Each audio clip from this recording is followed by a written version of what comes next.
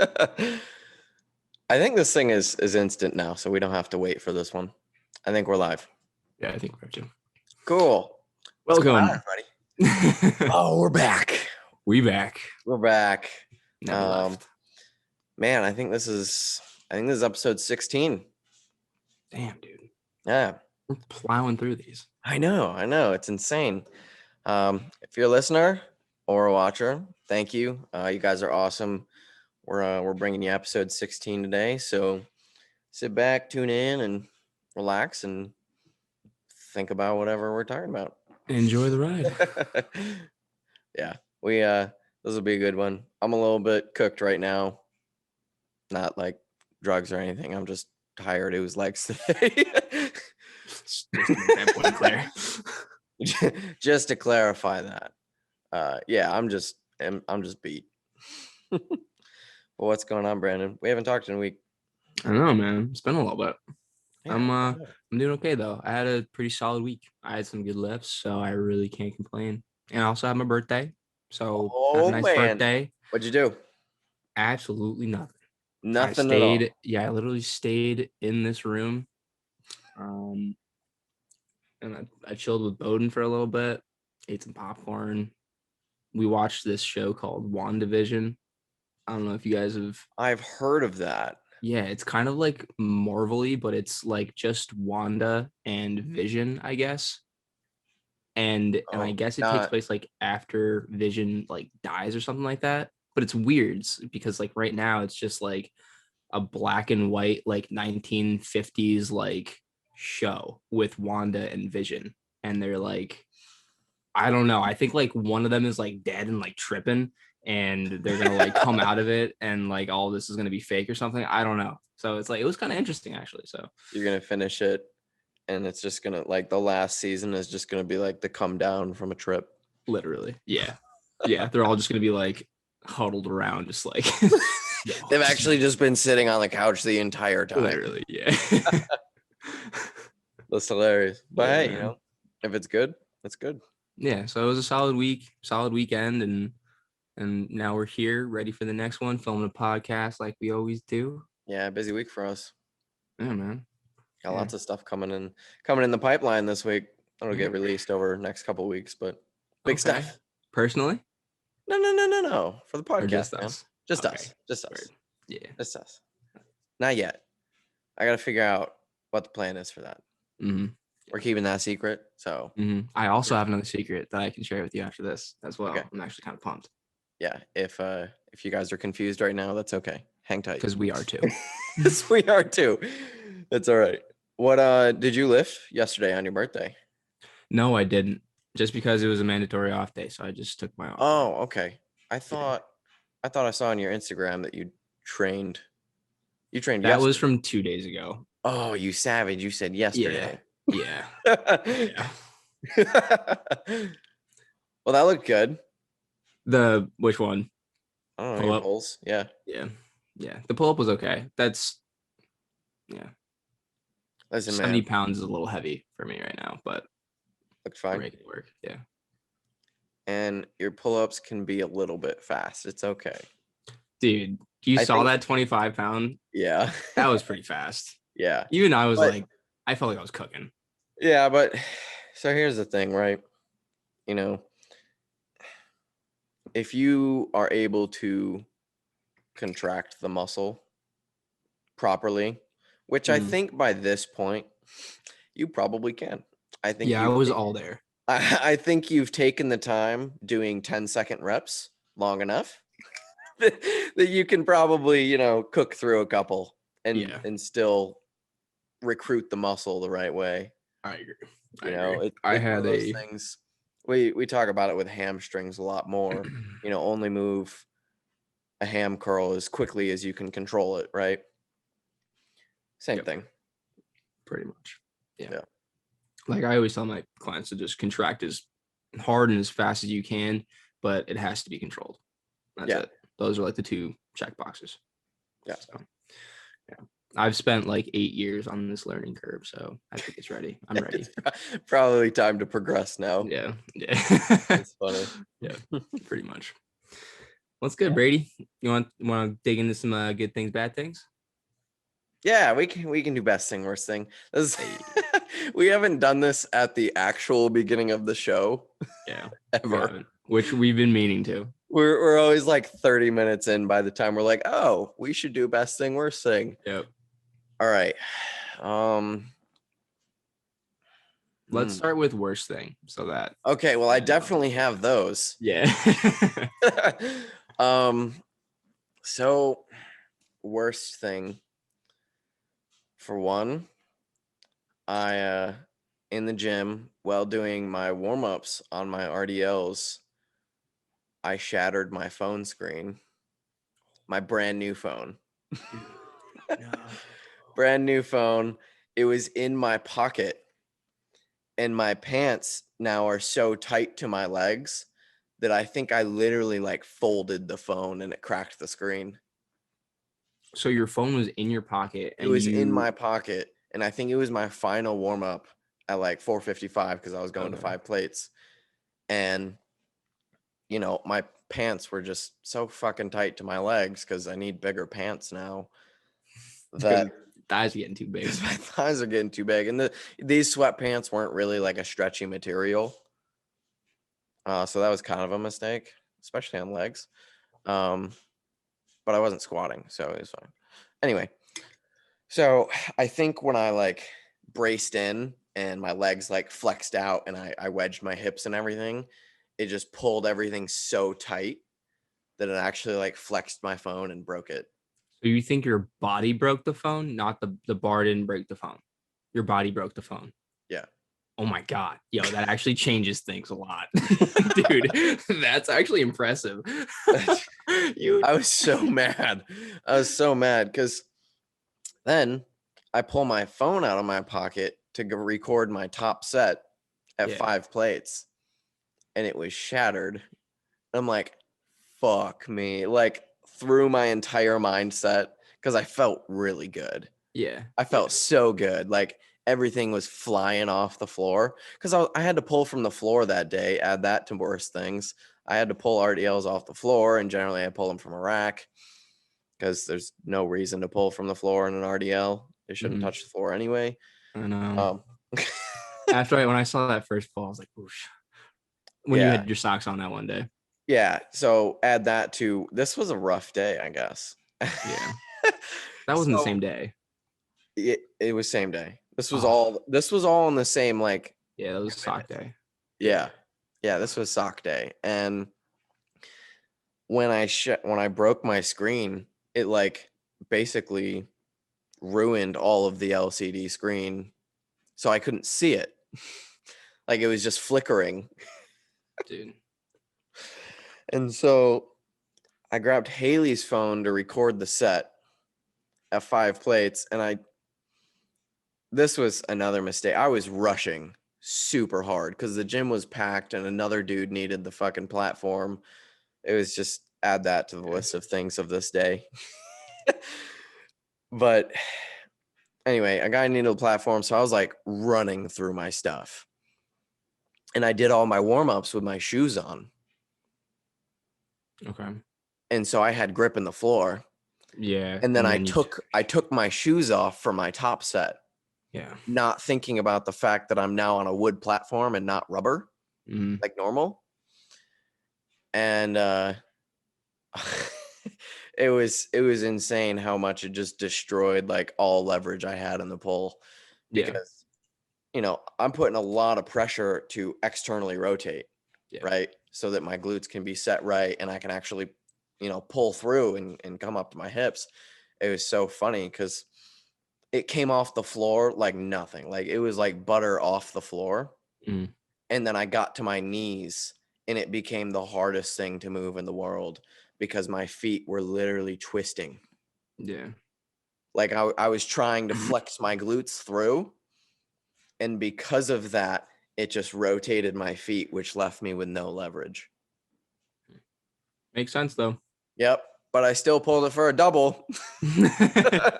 Yeah, we did. Which is technically a rep up from the last time I did it, but I felt good enough to get 5 if I had any sort of like feel through the ground. Yeah, I remember you saying that you were gonna try to beat Nick to it and just pull it for 5. Just pull it for 5. Yeah, And I was then your gonna. phone. I Yeah. was gonna that day, man. Yeah. Like I was I was just gonna crush it. Mm-hmm. But yeah, the phone shattering threw off like the mindset, the packed gym and like trying to rush for people also didn't really help that much. And then the socks. And it was right after that I went, I'm buying Vibrams. Yep. I was like, I'm over it. I can't Yep. keep letting like my feet get in the way of my sets. Yeah. Why did you not just lift in your Converse like you normally do? Or in your flats? Because generally I like to have just like that little extra bit of feel through the floor. Okay.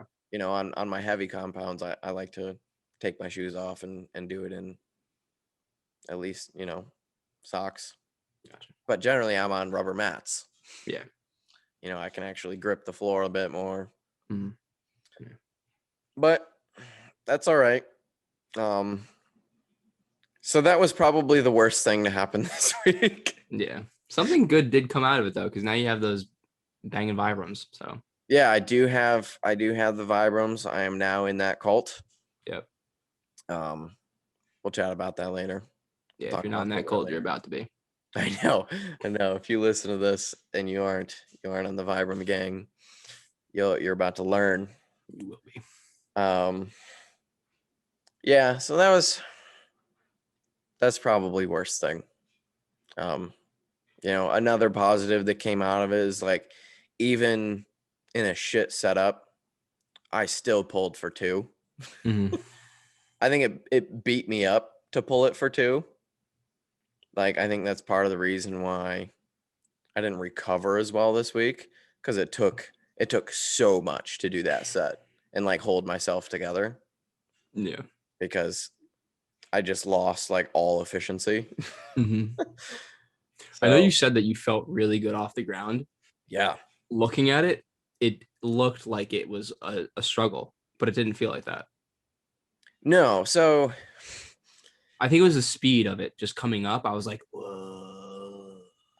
yeah, I have this weird thing where sometimes, especially with a new weight, slow to me doesn't always equate to it being hard. Mm. Especially with a new weight.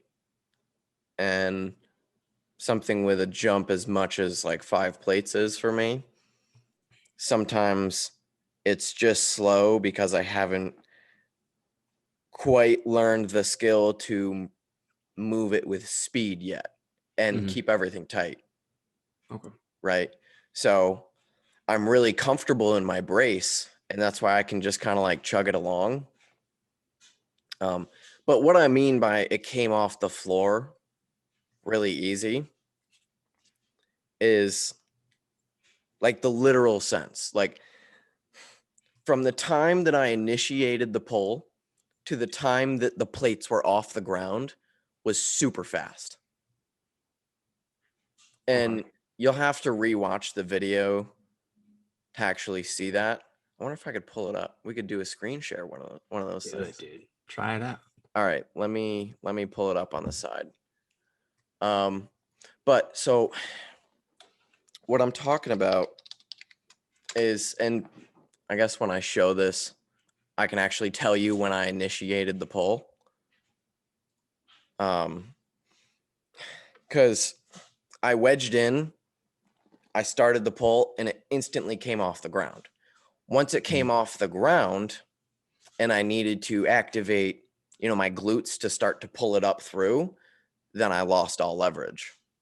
Okay. But the actual act of getting the plates off the ground, which is generally where I get stumped, that was easy. That was like nothing. I know what you're saying. Like when you set that wedge and then you're just like, okay, it's time to move, and then it just goes. Or the opposite of when you set your wedge and you start your pull and it literally just like sits on the ground. Doesn't budge. Yeah. All right. Thankfully, I haven't done an RDL off the ground in a very long time. I've been very fortunate in that circumstance. Yeah, I actually, honestly, I was pretty hyped that it came off the ground so easy. Dude, I I was like, even though that stuff happened, I still went. yeah.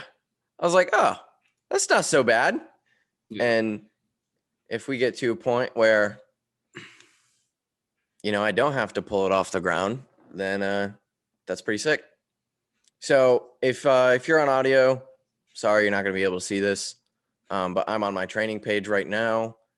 For those of you who don't follow me, this is it. Dude who trains Brady Thistle. And this is what we're talking about here. Can I make this any bigger? I don't think so. So I'll tell you when I set my wedge. Set off the floor. Yeah. Yeah. There's got to be a way to like view this bigger. Did you send it to Nick? No. All right. Can we go back to the beginning? All right. Locked in. Wedge, not wedge set. Yeah, as soon as you set. Yeah, there it is. Up. Right off the floor. Yeah. Yeah. Yeah. So it just moved super slow. That just looked dope. Yeah, it does. Yeah. It Those does. of you guys who can't see, Brady is standing tall with 5 plates in his hand. That felt good. That felt good. Yeah. Since we're here, we might as well have you seen this? So here is the 3-plate front squat today. You'll see where I literally just like gave up. So look at this mirror that's right in front of me. Mm. You don't normally squat in front of the mirror? Not that close. Okay. Dude, you would hate my gym. Like, it's moving fine. It was a little goofy. Something was just not right, but it's still moving fine. That's nothing for a front squat. And then here, I took a couple extra seconds to breathe. I readjusted my feet. And then, nope. I just set it down. I was like, that's it. Yeah, but dude, this whole setup here, that was insanely hard. Ooh, you got some bands on there too. Yeah, so it's double purple bands, and they're actually double wrapped. Damn. So both ends are here, and then it's wrapped around this pin. So you've got 2 on just one side? So it's one normal sized band, but it's essentially folded in half. Okay. Yeah. Okay. Right. Damn. Yeah. I like that leg terrible. press. Yeah. The hammer strength leg press isn't so bad. It looks kind of nice. It looks nicer than mine. Yeah, it's not bad. Yeah. Got 100-pound plates on there. I almost never get to use those, so I thought that was cool. Nice. But yeah, this one was a set to 15, and then after this, I actually did this set again, but then I drop set it. I drop set it? Yeah, I drop set it. And basically the way that I did the drop set, I didn't post this one because it's like a 2-minute long video. But I did essentially this setup to failure, and then I paused in the bottom while Haley took a band off. And then I took that to essentially failure, and then paused in the bottom while she took the other band off.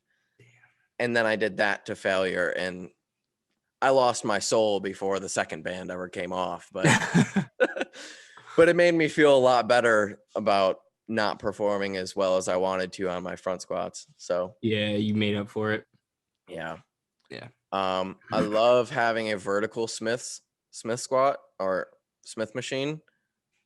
I'm a huge fan of Smith squats. But I had a really weird thing happen in this lift. I got like super tight in my shoulder, like shoulder down into my tricep here. I think there was just something goofy going on up top today. Maybe I just didn't hang long enough or something. I don't know. But yeah, it's like I mostly ended this set because my arm hurt. I was like, this shit hurts. And I tried letting my arms kind of extend out later on in the set to try and release some tension, and it was just messed up. So yeah, that's what happened today.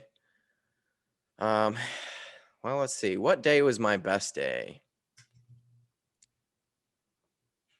Which day was your pretty presses good. looks like, dude, I was just about to say your presses look pretty OP.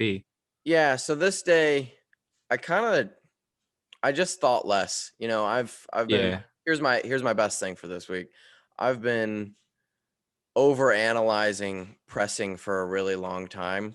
Yeah. And this day, I just kind of let it happen.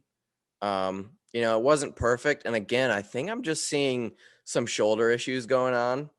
I can't hit this fully like externally rotated position at the shoulder.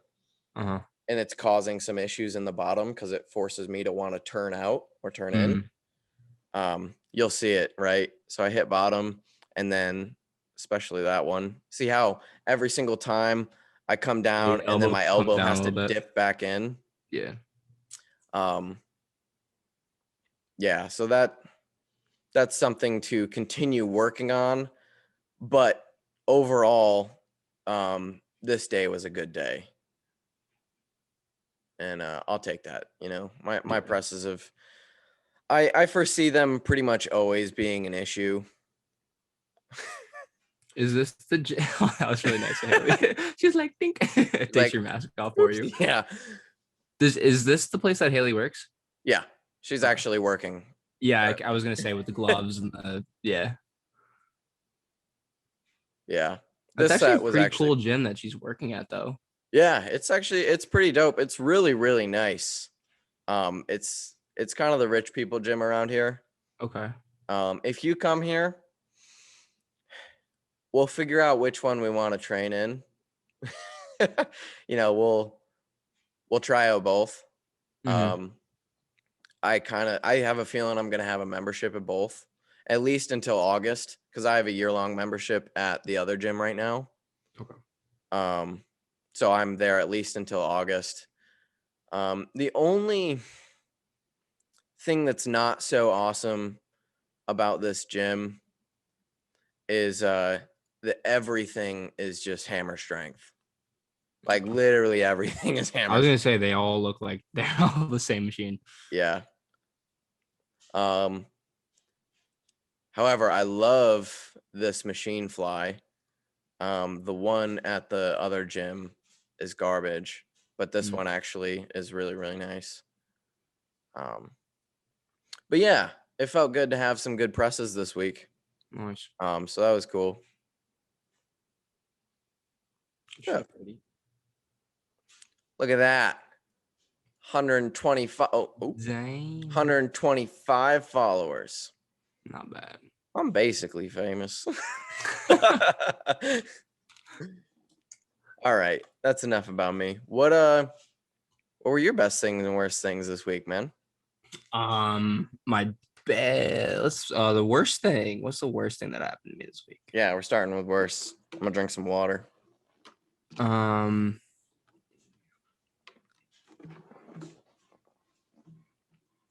guess the worst thing is I've been dealing with like a little bit of mid-back stiffness. That's like the worst thing that's been going on with me. Mid-back? Yeah, like mid-back. Like lower traps? Or like near the spine, or like more like your lats? Yeah, like lowest of the traps. If we're talking traps, we're talking pretty like like the very base of trap. Not trap though. It's like it feels like the muscles that run along my spine. Like I've just got a little bit of fatigue, a little bit of tightness in my mid-back. That's been going on since I've come into the 2-plate realm with my rows. Nick said that it was fatigue and that it will kind of go away. And it has been kind of going away. But just like dealing with that has been like whatever. It's just there. It's kind of annoying, but it's not really affecting my lifts too hard. So gotcha. Yeah. If someone like wants something though, and I like turn to the side, I'm like for like a quick second, but I'm good. Like right now, I'm okay. I can feel it, but I'm okay. Huh. Yeah. It's at like a 3 out of 10 right now, so nothing to worry about. Oh, it was like you're good. Yeah, I think it was I constantly sit at a 3 out of 10 in pain. Okay, good. I'm glad. Good. I'm like pretty much at any time something hurts. Yeah. I'm always a low humming like 3 no matter what. Like also, but the mid back is something else that I haven't. That's a new one. Yeah. Which That's I'm kind of glad. It's finally time to like build up some lower back loading tolerance for you. I was just about to say. I think the erector department. It catches up actually really quickly. Yeah. As long as you kind of just keep going back at it, it catches up really quickly. Yeah. And I'm finding that that's true. So that's cool. Yeah. So that's like the worst thing. You'll that's get used to it. Yeah. That's as bad as it's getting. The coolest thing that happened to me was I stacked the ham curl machine. I know it's not like a big compound or anything. That's awesome. The ham curl, and that's the first time so good. Yeah, I've ever stacked anything ever. So that felt really good. I remember the first time I stacked the adductor machine. I was like, "Fuck yeah, let's go!" Now, and everybody talks about how notoriously light adductor machines are. The one that is in my gym, my other gym, not the gym I'm training in right now, but the other gym, that thing is so much fucking heavier than the new gym. Yeah. Like the full stack in the new gym is like maybe 3/4 stack in my other gym. Okay. And so, yeah. And so I'm just like, when I fully stacked in the old gym, I was like, let's go. Yeah. And now I realized that like, oh, that was actually a pretty decent amount. And, I've now thrown weight on top of that machine, but yeah, like today I did adductors, of course, like always. And, I don't have anything to add like weight to this adductor machine. So I'm trying to find ways to make it like way harder. Okay. You can't like outpin and then put a plate in? Generally I like to use a second pin for that because I don't know if these pins are long enough. Okay. To like hold the weight and sit in like the thing that it needs to sit in. And since everything is so new in this gym, all of the pins are still like connected to their little twirly thing that connects into the weight stack. So I can't just like steal one from another machine for a set. Gotcha. So there's a couple different techniques that I've learned. The one that I did today is actually, pretty run of the mill. I just drop set it today. Okay. But the other one that is very interesting, take your feet off like the foot stands. I sometimes do that. Yeah. When you take your feet off and you don't have that actual like bracing to push through when you're trying to close your legs, it makes it way harder. Yeah. So that, and then holds and tempo and all that stuff, but that's standard. Yep. When you do your adductors, do you go slow in the positive? On the concentric? Yeah. No. Generally right there. What did you say? I said I talked in bro terms right there. On the positive, yeah. I was like, hold on. Yeah. Yeah, the concentric. On that shortening, I generally take it as fast as I can. Yeah. Okay. Me too. Yeah. Me too. There was a time where I was doing it like 4-4-4-4. Okay. And then I was like, there's no actual benefit to doing the concentric slow other than just like trying to gas myself out quicker. Yeah. I was like, I think I'd rather just do more reps. Yeah, Nick's premise was just like we don't like blow out an adductor, but like we're pretty confident with what we're doing. Our first rodeo. I've now done these every day for the last like 5 months. Yeah. So, which is why Brady needs new pants. Which is why I need new pants. That's exactly it. Yeah. Yeah. So that's on stacking machines. Right. That felt good. Yeah. You gonna add weight to it now? Or are you gonna just like try and change things around? I'm gonna try to get it for like I'm gonna push the rep range up first. I only got it for like 5. Okay. So I'm gonna shoot for like 10, maybe 12. And then once it becomes like something that I would maybe back off to, then yeah. But dude, I was doing like 110 before that. Like the session before that, I was doing 110 and the stack is 150. So I went from 110 to just like, fuck it, stack. Yeah. I was just like feeling good. So I was just like, all right, we're going to do it. Yeah. And then That's and then how the it RDLs, goes. yeah. That's how it goes. Yeah. You know, you have to open your mind to see those opportunities though. Mm-hmm. Right. Which is where you've been stuck for so long. It's like you just didn't allow yourself to have no. Like you didn't mentally allow that to even be a possibility. So you never took it. Yeah. Like generally speaking, like everyone walks in there and they're just like, fuck it. Just gonna like move as fast and as hard and as much as I can. And with me, I was like, we're gonna move as slow and as little and as hard as we can, and we're gonna stay here for a long time. Oh my god! And now I won't lie though, I am pretty proficient, so I'm glad that I did. Absolutely. I just wish I didn't do it for so long. And there were a few other things that I also probably shouldn't be doing meantime as well. But that's behind us. So right. Yeah. You took the time. You did the right thing when you started, right? Yeah. You took the time to learn your body and learn how to move and all of those good preparatory stuff. Yeah. And then you held on to it for just too long, maybe it was out of fear or something, Yeah. Why do you think you held on to it for so long?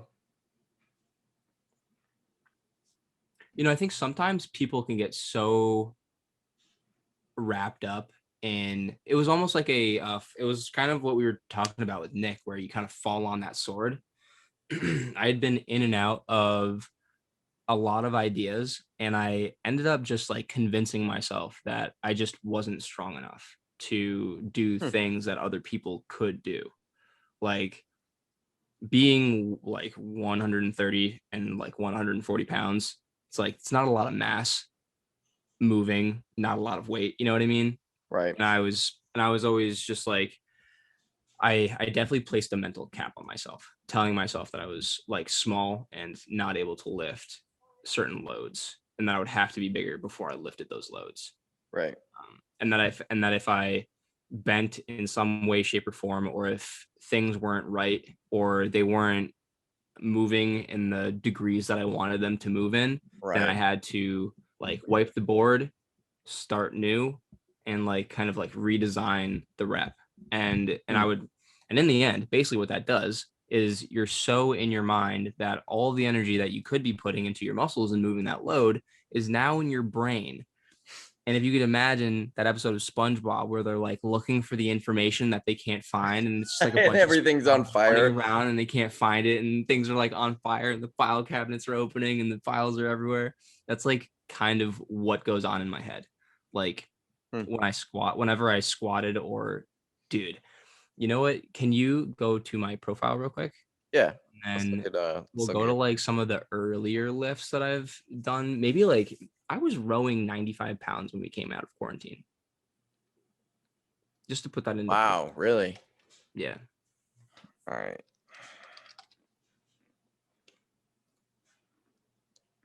And for those of you that are listening, we are now looking at Brandon's Instagram page. So first off, I just want to point out that Brandon only has a couple more followers than I do.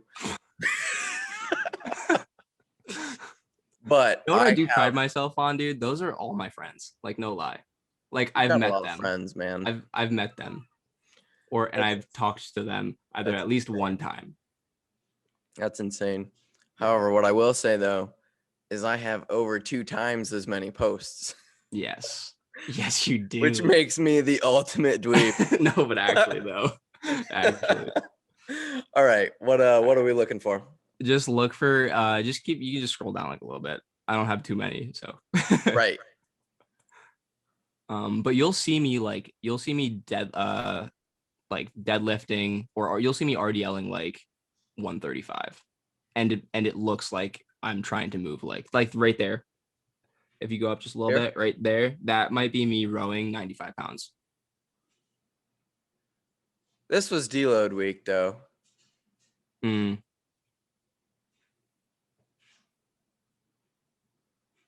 Hold on. We'll go back. Yeah, this was August. This is like just out of quarantine and I'm like kind of getting back into things. And so this was actually where my mentality started to change. This is like when the shift started to happen where I was like just getting away from this stuff. Like the idea to stop, to just move, but it wasn't as ingrained as it is right now. And the idea of moving wasn't what it was back then to what it is now. Like moving now is much different than what I thought it was. Even like that many months ago. Oh, yeah, quarantine stuff. I see 2.5 plates here. Is that a deadlift? Let's find out. 275.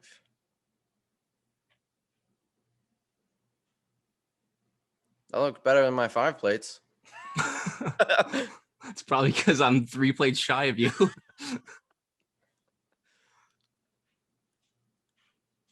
That looks fine. Yeah. Do it again. That did look okay. Yeah, that looked perfectly fine.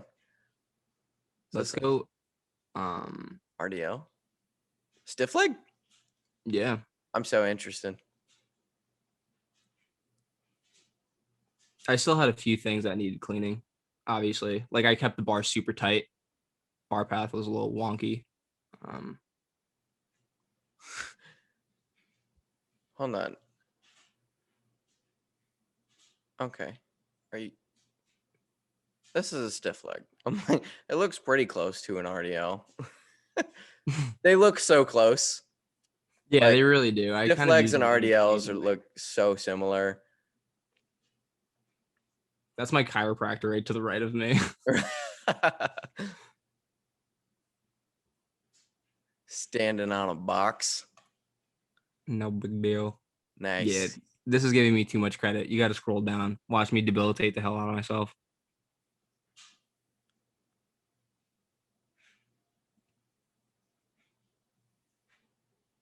Yeah, and this was back when I was like training with Diab and we were just kind of just doing as much as we possibly could. Yeah. I have seen you pull 3 plates. Yeah. Where is it? Right there. No, that one. Yeah. Oh yeah, this is it. Oh yeah. I know Brady hates that plate roll. You did do that. Why did he just show the football game?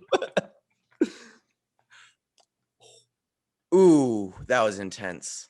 You see what I said after that too? I was like 30. I said that was a dirty rep. Oh man. You needed straps real bad. I think I had straps on. No, you didn't. You did that with no straps. Wait, what do you mean straps? Like wrist straps? Like, yeah. You did this with no straps. Oh, you can hold a barbell. Yo, I deadass didn't. I actually don't remember pulling that without straps. All right. There you go. All right. Yeah, but no, that switch grip definitely fucked you up a little bit there. I did switch it, yeah. Yeah. Because one whole side lifted off the ground before. Yeah, you saw that. There, my right was like, hello. The left was like, my God. That was asking for an injury right there. Yeah, my spine. And then that's me doing 315 for a squat too. Also dirty. Fully geared up. Low bar. Hey, that's okay. That wasn't that bad. Yeah, that was me. So this is like the dude. You gotta ask kind of who your fucking videographers are. This is the worst video I've ever seen of looking at somebody squat. He's just like, look at the plates on the bar. Yeah. Oh my God. Yeah. So after quarantine happened, I was just like, I decided to just kind of like let go a little bit more, and here we are, really letting go. Yeah.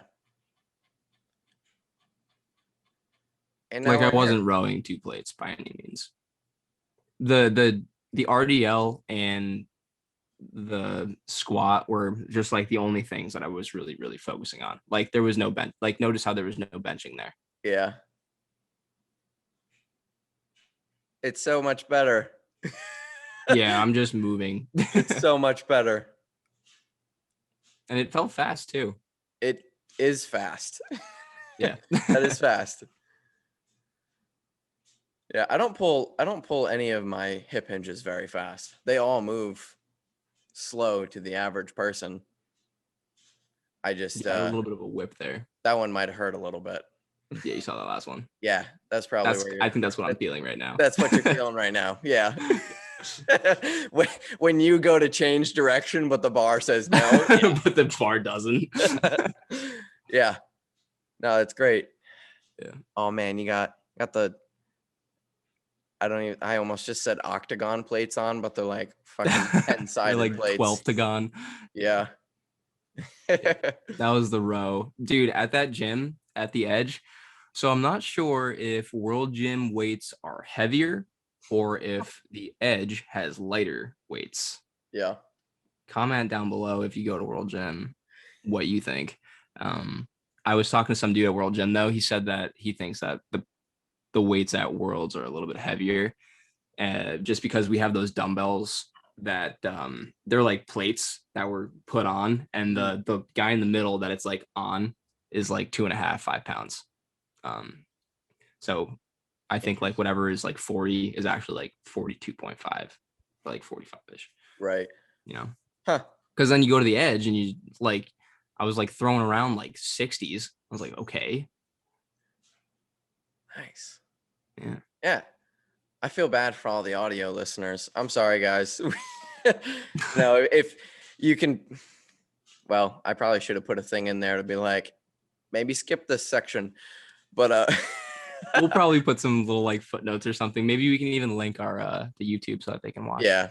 If you guys want to see everything that we just kind of talked about and looked at, this is all on the YouTube. We appreciate you. All right, we'll get back to it. That's fun though. I like going through that stuff. Yeah, I thought that was cool. That's fun. Yeah, man, training's so crazy. That video that we looked at, of you were deadlifting 275. You remember that? That we just watched?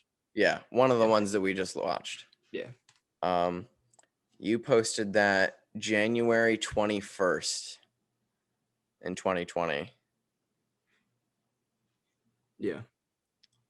That was like 6 days before I came on the team. Really? Yep. I joined the team January 27th. Shit, Brady. Yeah. And now Brady's lifting like 5 plates. Fucking intense. Yeah. If we didn't just spend like half an hour looking at the Instagrams, I would go back and show like one of the first posts on my page, which is an RDL at like 185. Yeah. I feel like I can remember that. I remember the rack that you were in when you were pulling that too. Super weird. Yeah. You were in a rack, right? It was a weird kind of rack. It was like a very low rack. Yeah, it was a low rack, and then it had like pegs that you put in for the height and stuff. It was weird. Yeah. Yeah. It's been crazy. A lot of progress. A lot of progress. Now, okay, so here's the thing that I will say. I have been a proficient hip hinger for pretty much as long as I've been lifting. I actually found an old logbook from 2015. I have it right next to me. Star Wars. Yeah, I literally have a logbook from 2015. I think I was 16 years old. Yeah, 15 or 16 years old. I deadlifted 365 pounds in this. Damn, dude. Holy shit, bro. Yeah, I've 16. Yeah. Someone should have told me about this life a lot sooner than I figured it out. Mm-hmm. Yeah. Well, thank God you did. Thank God I did. That's right. Yeah. Seriously. Yo, I always think about like, especially when I'm like walking in like a pretty like heavily populated area, and you just like look at all these people and you're like, I wonder who's all a this genetic potential. freak. Yeah. Yeah. Like all this untapped potential, like if they had just tried, or if they had just picked up a dumbbell, or if like they had just gotten wind of it, you could be walking amongst like Olympians for all for all they know, absolute freaks of nature. Exactly. Yeah. Yep. I've got one client that works with me now. This kid is a genetic freak. Really? Oh yeah. He is. It's insane. Like, I mean, he's still, so we've been working together for roughly 10 weeks now. Yeah. He came to me at like 158. He's now 180. Damn. And he's still shredded. Really? Yes. This dude's put on almost 20 pounds and he's still lean as fuck. That's fucking dope. Like, he touches a weight and he blows up. Yes. As soon as he gets out of his own way with lifting. Yeah. Like, if I can be there for some sessions, because we've done a couple sessions together and I've like worked through some stuff with him. Mm-hmm. It just like, it clicks and he like figures it out. Nice. And then it just like, it's reflected in like the next week. Yeah. I'm like, this kid is insane. And he has this stupid wide shoulder set. But he's a soccer player. So he also has like decent leg development already and insane calves. Dude. Yo. I'm like, I've got a freak. Jackpot. I know. The kid is awesome. His work ethic is actually insane though. Like he's not just someone that like touches weight and he grows. Like he is that, but he works hard. He is stupid meticulous about his diet. Everything is spot on with what he does, which is awesome. Very cool. Yeah, it's very cool. He's super about it. He and I have talks all the time about like he's got the mentality, man. Good. He's just like, I just don't get why people waste their time doing other things. Yeah. He's like, it was so game changing when we started working together and we like prioritized recovery and actually just getting the most out of a set. Yeah. And he was like, I don't see why anybody does it any differently. Exactly. And it's like, and we talk about diet and I'm like, I have it planned so that he just has macros. He can eat whatever he wants. Dude, he's just like me. He's like, just nails it. I'm just going to eat the same thing every day. Yeah. Robot. And he complete robot. Yeah. That's good. And the kid's doing good things. He's going to be insane. Good shit, Brady. Yeah. So that was a cool pickup. Dope. He's also seriously. 17. Oh God. Nice. He's 17. Yeah. Yeah. Good shit. Yeah. Incredible. That's dope. He's a great kid. That's sick. Yeah. I don't even know how we got there. Well, I'm proud of both of you. As a good coach and solid client too. That's dope. Yeah. But yeah, man, I think if I have any regret to this point in my life, I wish I had followed what I wanted to do and done this from the start. Because I wanted to lift. I wanted to, be a trainer. I wanted to do the things that I'm trying to do now. But instead, I got in my own head about I need to make sure I have a job that's going to pay me well, and then I can do this stuff on the side. And I don't know. I think I kind of regret that. Yeah.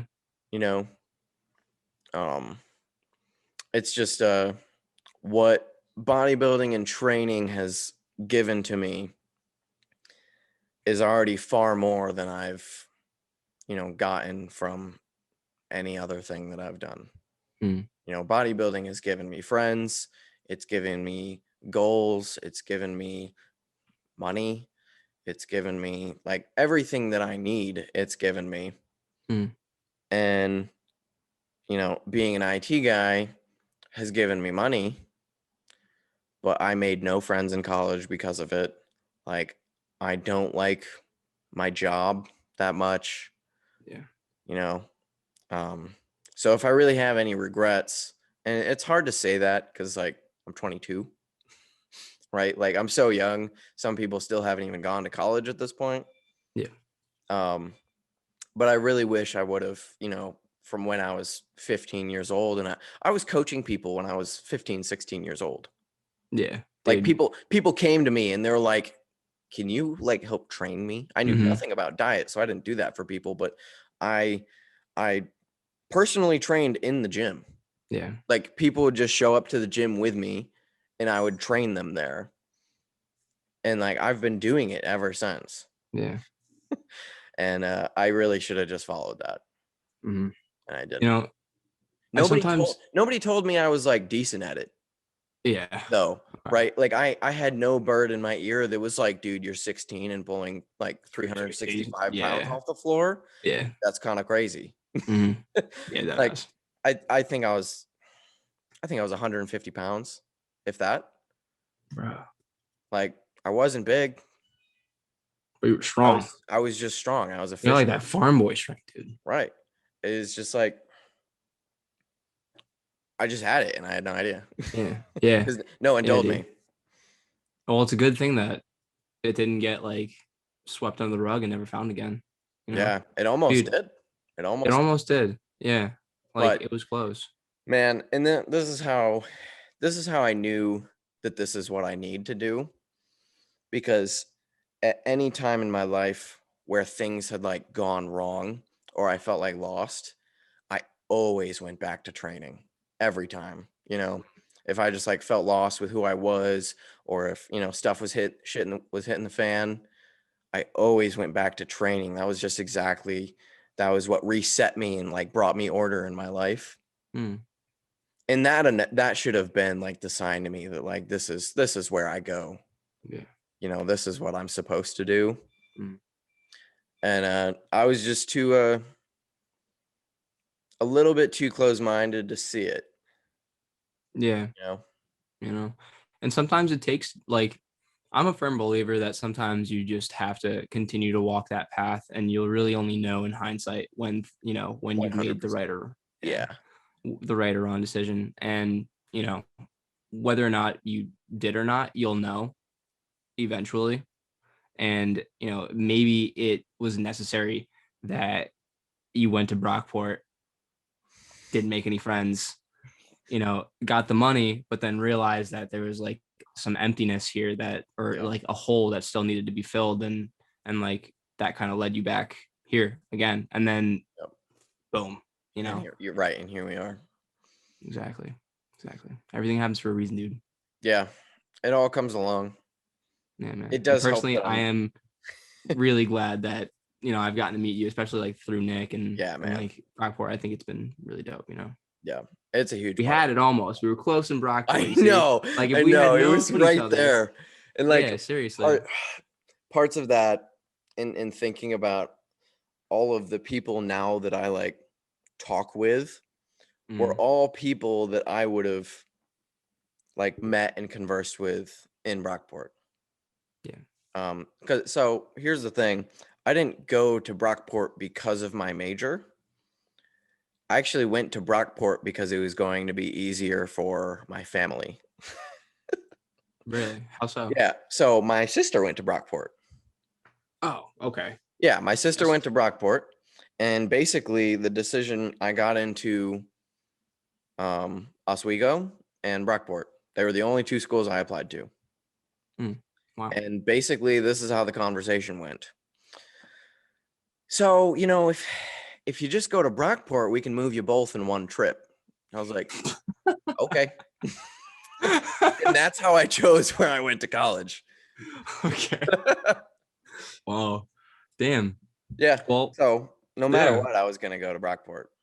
Wow. Yeah. The fate would. Do you think Do you think the fate is predetermined, like predestined, or do you think like that hindsight thing? Like there are some people that like when they meet each other, they're like, oh well, if we didn't meet now, like we would have met like someday, somewhere down the road, you know? Like if you didn't end up doing this, or like if you didn't find building like bodybuilding like right now, maybe you would have found it sometime down the road. Or do you think it all has to be I just think it how it all is? I think it all kind of has to line up. Mm-hmm. Right? Because if I was 30, I probably wouldn't be trying to do what I'm doing right now. And if you didn't, yeah, and you didn't know Nick. Yeah, right. I wouldn't know, you know, I wouldn't have connected my journey to Nick. Yeah. Right. Yeah. I would have just been the next like 30-year-old guy that's like, oh, I should probably go to the gym so I look okay. Mm-hmm. Right. So I don't die. Yeah. And been like all of the other gym bros in the gym. Mm-hmm. You know, but because I'm so fresh out of college and I remember Nick and, you know, I've experienced seeing Nick and what he does and how intelligent he is and how good of a coach, and now experiencing how good of a friend he is, right? Like that had to happen in this time. You know, there's probably a couple of years where that probably could have still worked out, you know, being I was 21 when we started, right? I'd still remember 22, 23, 24, but probably past that, you know, I don't think I would reach out for help. Yeah. Yeah. You know? And I also think that like your 30-year-old self would not be nearly as strong as you right now. No. Come on. And you would have run into so many more injuries, dude. Oh my God. Same. And I would not be lifting what I'm lifting too. Like, or at least my mentality would have probably never shifted, you know? Yeah. Everything. I think I hate the word fate. But I do think for certain events to happen, previous things have to fall into place at the right time. Yes, they do. You know, but I do think some things can be shifted, right? Because I still think we would still have this relationship that we have if I had chatted with you in Brockport. You think? I think so. Because the thing that really connects us is that we have a very similar mindset, right? Yeah. And my mindset has never changed. It's always been a do it or don't kind of thing. And so we would have still initially connected off of the same things. Yeah. Yes. You know? I think the way that things would have developed would have been just slightly different, but I Well, yeah, think because that it's we would very have been true in though. person, right? Yeah. We would have I been in don't, person. yeah. And I don't think for one second that like the relationship that you and I have would be different because you're, like you said, you're the same person that you are and I am as well. So Yep. yeah, like regardless, we would have definitely clicked like Yeah, for sure. And now. So yeah. And honestly, probably the only thing that would really change all that much is we would probably just be where we are now sooner. yeah, this might be episode 20. Yeah, like I honestly think, you know, we could have trained together. That would have been so nice. I want like I remember in Brockport, I kept trying to bring people to train with me and they'd make it like a week. A week until they would train with you? No, a week, and then they'd be like, "Yeah, Oh, they would make I'm it not 1 gonna come week. today." Yeah. Like a week, 2 weeks, then I'm not gonna come today. I don't feel that Mm, great, and then they just wouldn't show up anymore. I'm like, I'm gonna keep going. okay. I have a question for you, Brady.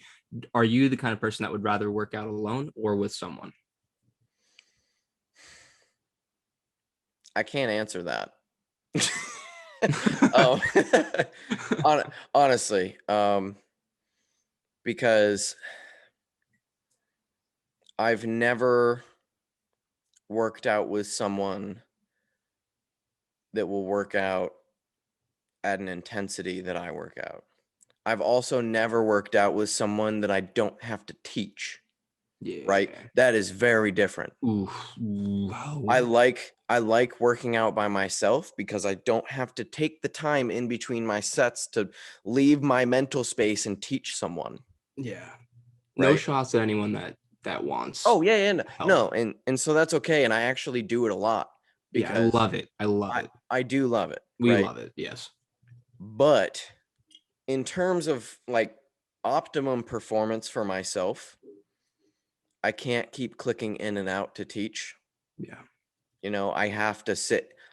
Essentially, when I go into the gym for an optimal session, I have to get into my own little like storm cloud.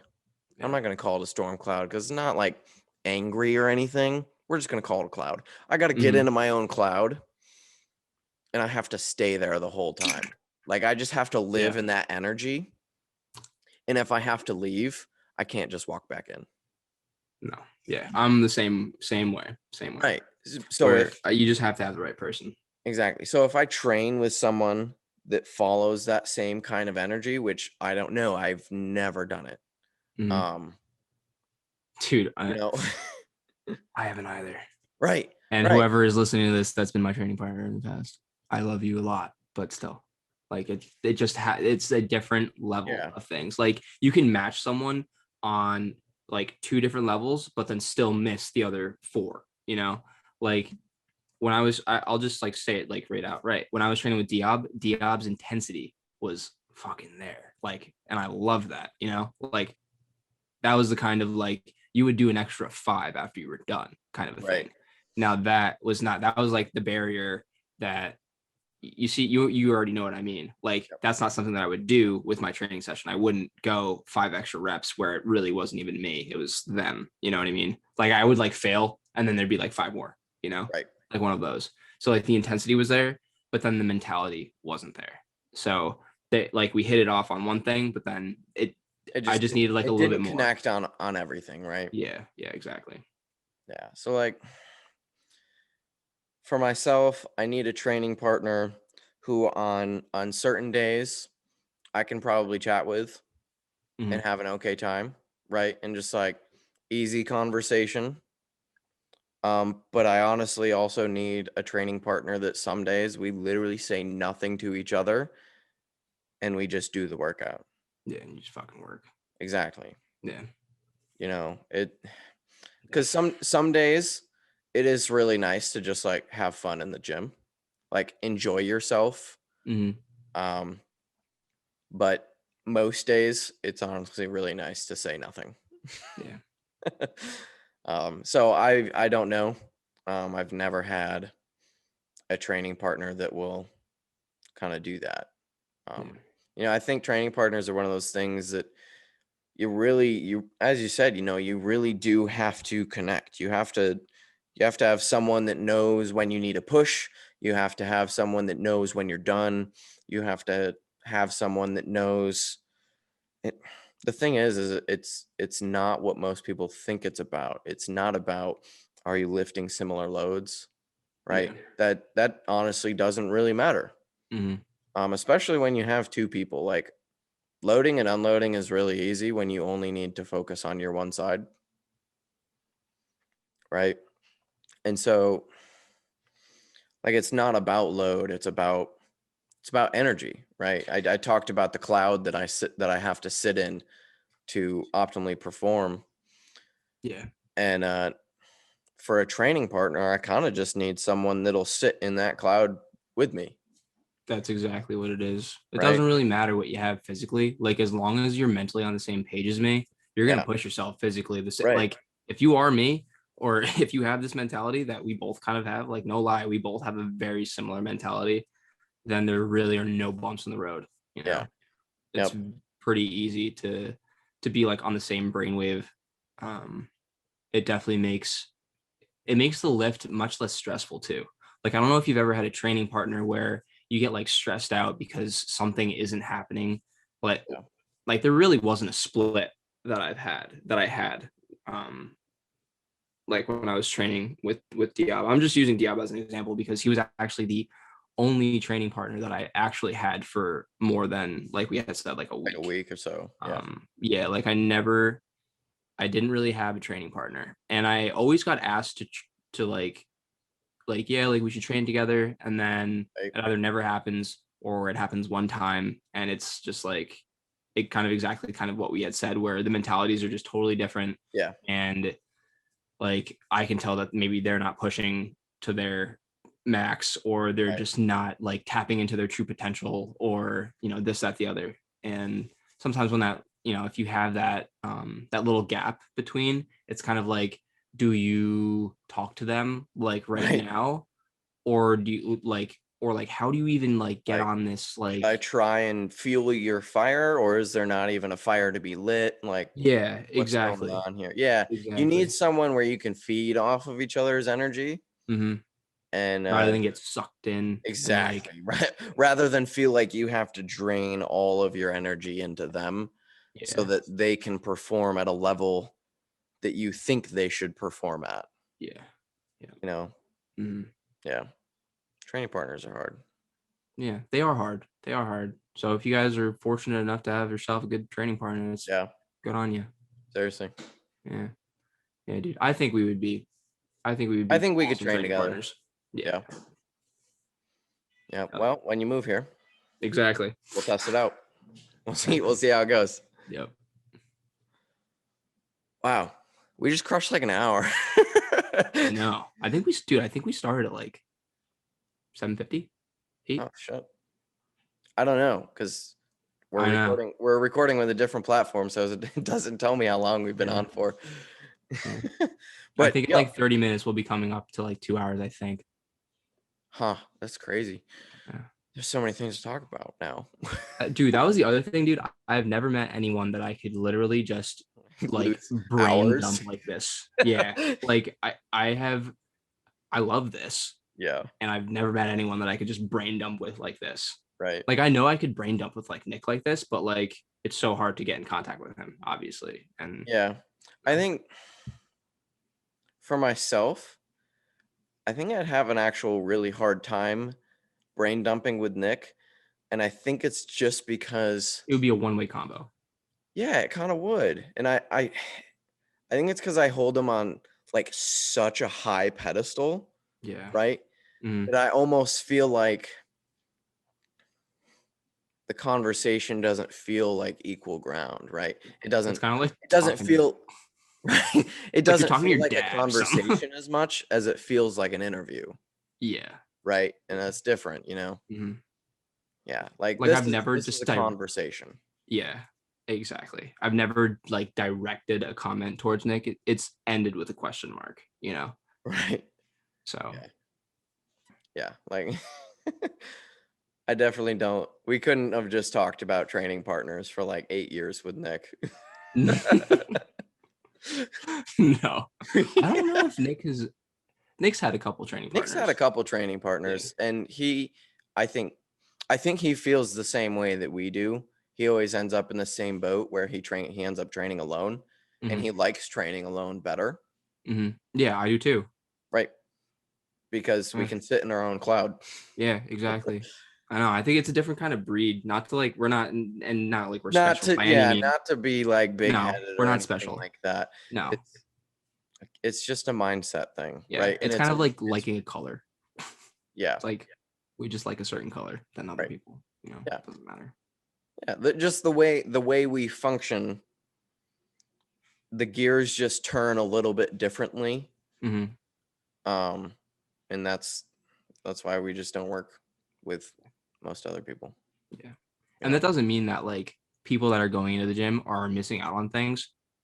Like if someone goes in there and they just walk on the treadmill and they have a blast with that, and they're having just as much or equivalent fun as Brady or I when we're like lifting heavy shit and being meticulous, crying then in the middle of fine. A set. Yeah, it's totally fine. Yeah, not anymore though. Dude. Yeah, I have in my leg press set today. I just like, there was a point, I think I was like seeing stars, like my eyes were just like like ready to pop out of my head kind of thing. But that's what's fun. It's like, Yeah. like I enjoy that stuff. Yeah. You know, and most people don't. No. You know, so it's everybody's rhythm is a little bit differently. Is a little bit different, and you know, finding someone that matches, you know, your rhythm, your flow, your energy, your chakras, or you know, whatever you want to call it. I don't Your think pace, chakras is the right word. No, I like that. It has to be aligned. Right. Yeah. You know, just when you find the people you align with, like, that's cool. Yeah. That's cool. Badass. All right. Quick workout question.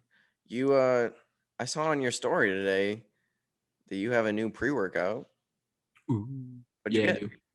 So I ended up snagging some Total War.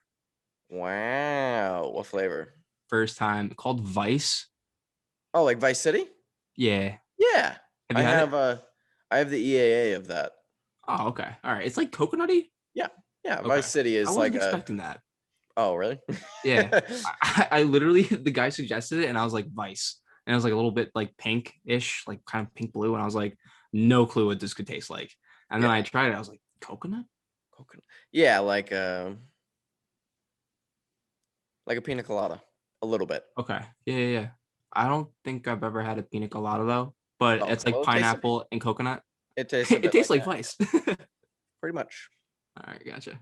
Yeah. It tasted okay. It tasted pretty good. I bet that probably got you buzzing a little bit. Dude, I haven't had a pre-workout in like a powder pre-workout like that in like 2 months. So yeah.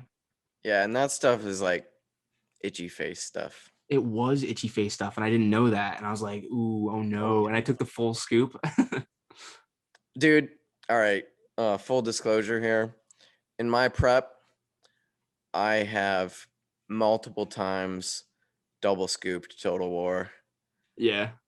Oh yeah, like double big scoop. I've taken that like dry scooped as well. Yeah. Like I'll dump 2 dry scoops in. Yeah. Just to try and get some sort of feeling. When I was training with Diab, that just reminded me, we were doing like triple double, like we were doing like triple scoops, dude. Ugh. Yeah. Dry. He was doing them like dry. I was like, I'm gonna do like just like 1.5 right now, 2 scoops. Like 2 scoops was a lot for me back then. But I would like barely feel it though. It depends on like so desensitized. Yeah, it depends on what the pre-workout is too. Yeah. You know, every blend is a little bit different, right? Like I was using Bucked Up, I think. Oh yeah, that shit. That's good stuff. I like that stuff. Yeah, I actually really like their energy drink. It tastes a little bit like, I'm not gonna say I like it like flavor wise or like taste wise, I guess, because it does taste kind of chemically. But it's a good pre-workout. Like they literally have it as just like an energy drink. Oh, okay. Yeah, so it's literally like their pre-workout, but it's just as like a lightly carbonated energy drink. No, like a Monster. Oh, it's like a Monster? Okay. Yeah, it's just like a Monster. Gotcha. But it has like all of the makeup of what their normal pre-workout is. Okay. Yeah, so that was pretty good. I tried a whole bunch of them. I tried that one, I tried C4, I tried my gym has the C4 one. And they also have those bangs. Yeah, a bang, normal Monster. I love 3Ds. If you haven't had a 3D before, have it. I haven't. It's a better version of a Monster. Like it's better.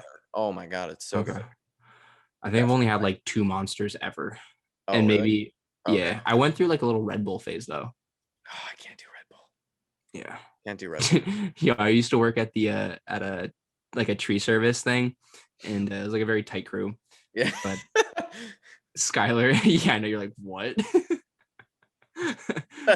Skylar used to literally get like 3 Red Bulls and just pound them. Ugh. Yeah. So I like hopped on that train for a second or two. Anybody that does blue collar work has one bad habit. Every single one of them. There's, whether it's smoking, cigarettes, drinking, junk food. beers, yes. Nailed it, Yep. dude. Nailed it. Yeah, Energy they all have a drinks. vice. Every single one of them has a bad habit. And you Yeah. know what? Fuck it. Yeah. Honestly, when you do the stuff that they do, it's like, rock on, man. Do what you got to do. They could be doing worse things. Chain smoking 2 packs a day. Yeah. Yeah, they're it's kind of hard to find worse things, I guess. Just like coke, I guess, or heroin. Probably some of that too. Probably, unfortunately. Yeah. But yeah, I've tried a whole bunch of the different like energy drinks. 3Ds are definitely my favorite. Have you gotten any stomach aches from any of them? Bangs, not a huge fan. Bangs fuck me up. Yeah, Bangs got all sorts of shit in them. Bangs fuck me up. Like every time. They've got some crazy ingredients and chemicals in there, and they mess with the stomach pretty bad. Yeah, like to the point where like if I push on my stomach, like I get pain, which is like that means I'm like a little inflamed down there, most likely. Yep. I know that. Shout out to Ben Weesjack though. He loves those things. I hope he's doing well. He looks great. Yeah, he does. Massive. By the day. We should get him on the podcast. Yo, we should get him on. Good idea. What the fuck? All right. We'll get him on. All right. Right. Write it down. Call him up. Right now. Get the scribe. Yeah. Yeah, really, I think Bangs are the only one that like really fucked me up.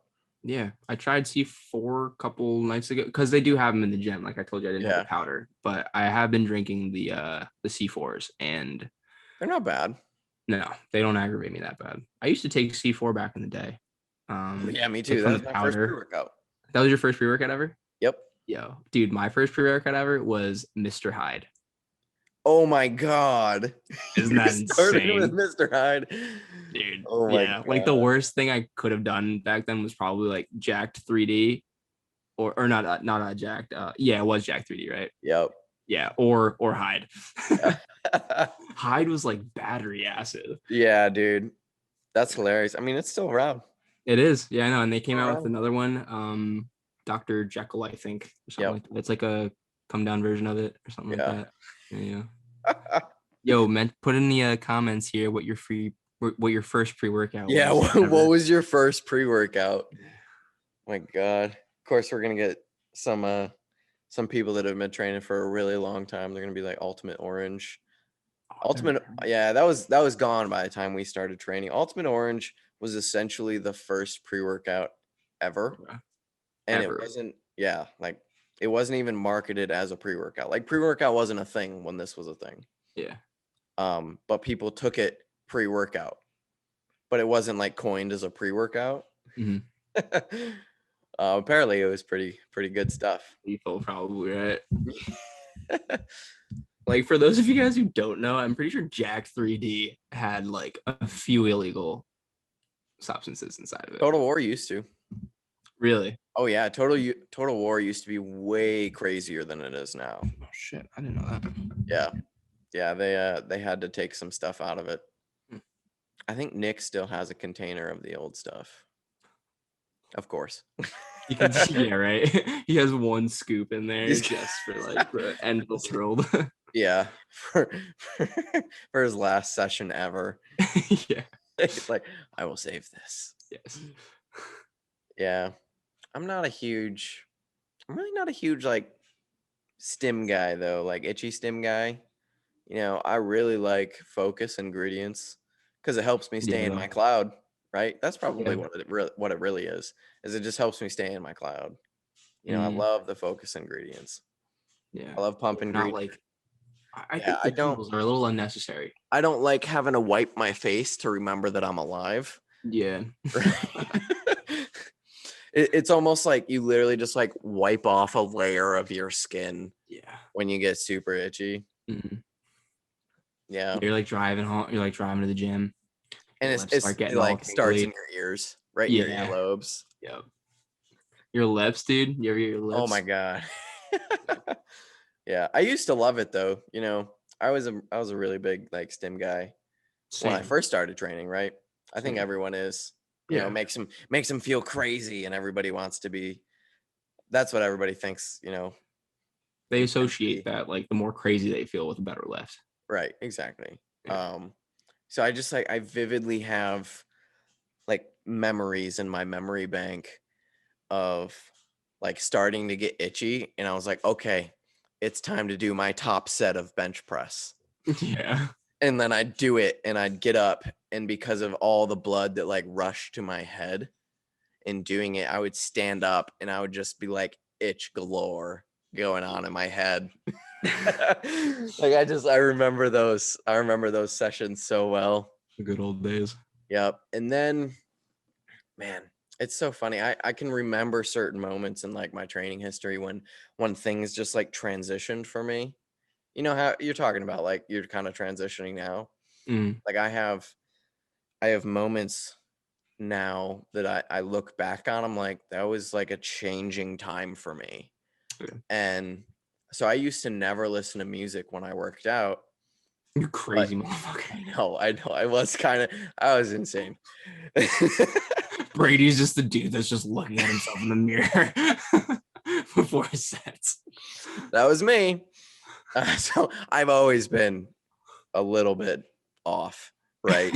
But you gotta be for this sport. I used to never train with music, right? And that's when I was super into like stim pre-workouts, right? Just feel insane in my own fucking world that I was in. And then I started listening to music, and this defining moment. So do you know who you know who NF is, right? The artist. You don't know who NF is? Oh my god. Oh my god. Maybe if I heard like one or two songs, like of his popular songs, maybe. You guys, shame Brandon for this. Anyway, yo, ask my client Kev. Every single time there's a song that comes on, he's like, "Yo, what's this song?" I wouldn't be able to name it. Oh my I god. wouldn't know the artist, but he's really good at that stuff. So yeah. Well, I'm gonna shame you for not knowing NF. Nick's gonna shame you for not knowing NF, even though I don't think he listens to these. But oh god. Yeah. I know. Anyway, you're gonna tell him though. I'll tell him to listen to the specific part. I'm gonna actually timestamp this as Brandon doesn't know who NF is. Damn you. But anyway, I was an early follower of NF, and he blew up in like 2019-ish. Okay. Right? I've been following since 2015. Gotcha. Right? When I started all my training and stuff. Early investor. Gotcha. Oh yeah. Yeah. And I always spoke praises. So I'm on that bandwagon. I'm claiming it. I followed NF before he was fucking cool. So anyway, this moment that I'm talking about, I was listening to music and I came across one of his songs. And while I was in the middle of my set, the songs just like, it like gave me like a chill, like through my body. And I was like, I have to replicate this feeling. Yeah. It was just like so surreal. That was the first time that I had a set that I felt like I just like unlocked a new level of myself. You know how like we talk about flicking the switch sometimes? Yeah. That was the first time that ever happened. Mm-hmm. Like I went ice cold and I felt nothing anymore, and I just like moved. Dude. And that song made you do that? Yeah. Did he say something that made you think of something? Maybe. I actually know exactly what the song is. But it was just like, so NF is really good about this. He talks about like some real shit. Mm-hmm. And there's just like so much emotion in this part of the song that I just like felt it. Yeah. And it just like, it flicked the switch for me. Hmm. It was so weird. And I still use his music to like flick the switch. Like I don't listen to it unless I need it. Yeah. Yeah. Yeah. So like that was a huge transition point for me. Mm-hmm. And I have these little moments in my training that I very, very specifically remember it, and it just like shaped, what I do now. Yeah, that's actually really dope. Yeah. That's really dope. Yeah. So moral of the story, listen to NF. You'll be stronger. I actually will. I'm gonna give him a try. Yeah. Seriously. Do you have another song that helps you flick that switch right now, or is it just do you literally go back to that one for your top sets? Or will you literally only pull it out when it's like nuke time? So I literally only pull out like his music if I like really need it. Like I seriously don't listen to it as often as specifically like that portion of his music. Yeah. He has a certain album that's like very, very deep, very real. All of his stuff is real, but what he talks about in these, this specific album is just it just makes you feel like a certain way if you connect with it at all, right? If you don't, it's just more words being spoken. Yeah. But if you like feel it, and if you will, it just hits differently, right? So yeah, I really only pull him out if I like have to go to that place, and I try not to too often. Yeah. But yeah, it can get very exhausting going there. Oh my God, it is. It's a lot of work. It can be very mentally draining going to that place. Yep. And so yeah, I don't pull it out very often. When it does, some crazy shit happens. Right. I when I was dieting, I pulled it out once. Right. And like that day, I was still RDLing like 3 plates. I think I RDL'd 3 plates for like 8 or 9. Right. Previously. And then I decided that it was a day for that. And I RDL'd 3 plates for like 18.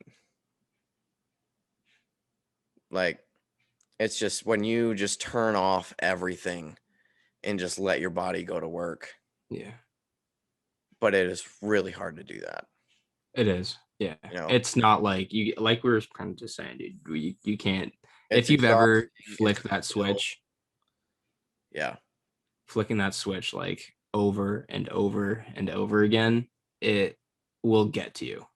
And it's almost like you have to do what Brady does. Like you have to kind of save them for moments like these, because it, like, in a way, you'll either take away from what it actually does for you if you do it all the time. Yep. You can way overuse it. Or you'll gas yourself, and you're gonna feel like you've bashed your head against a wall like 1,000 times. Yeah, it becomes a very emotionally and physically draining time. Yeah, it's not just physical. It's not just physical. It's also very emotional. And yeah, when that happens, you can't do that all the time. You just can't. Yeah. There are certain demons that should only be allowed. Exactly. Wow. Dude, yeah. Like, and that's exactly what it is, right? When you flick that switch, it's you and your demons. And it's just not conducive to yourself. Or even really your progress. Like, it can be something to break a barrier, right? But to do that over and over and over again is going to end up just putting you into this hole emotionally and physically that breaking that barrier is not going to mean anything. So it's learning when to fight your demons, and saving that time. And it really is like, this is kind of like a meme and a joke, right? But like, the best way that I can kind of relate it is going like super sane. Yeah.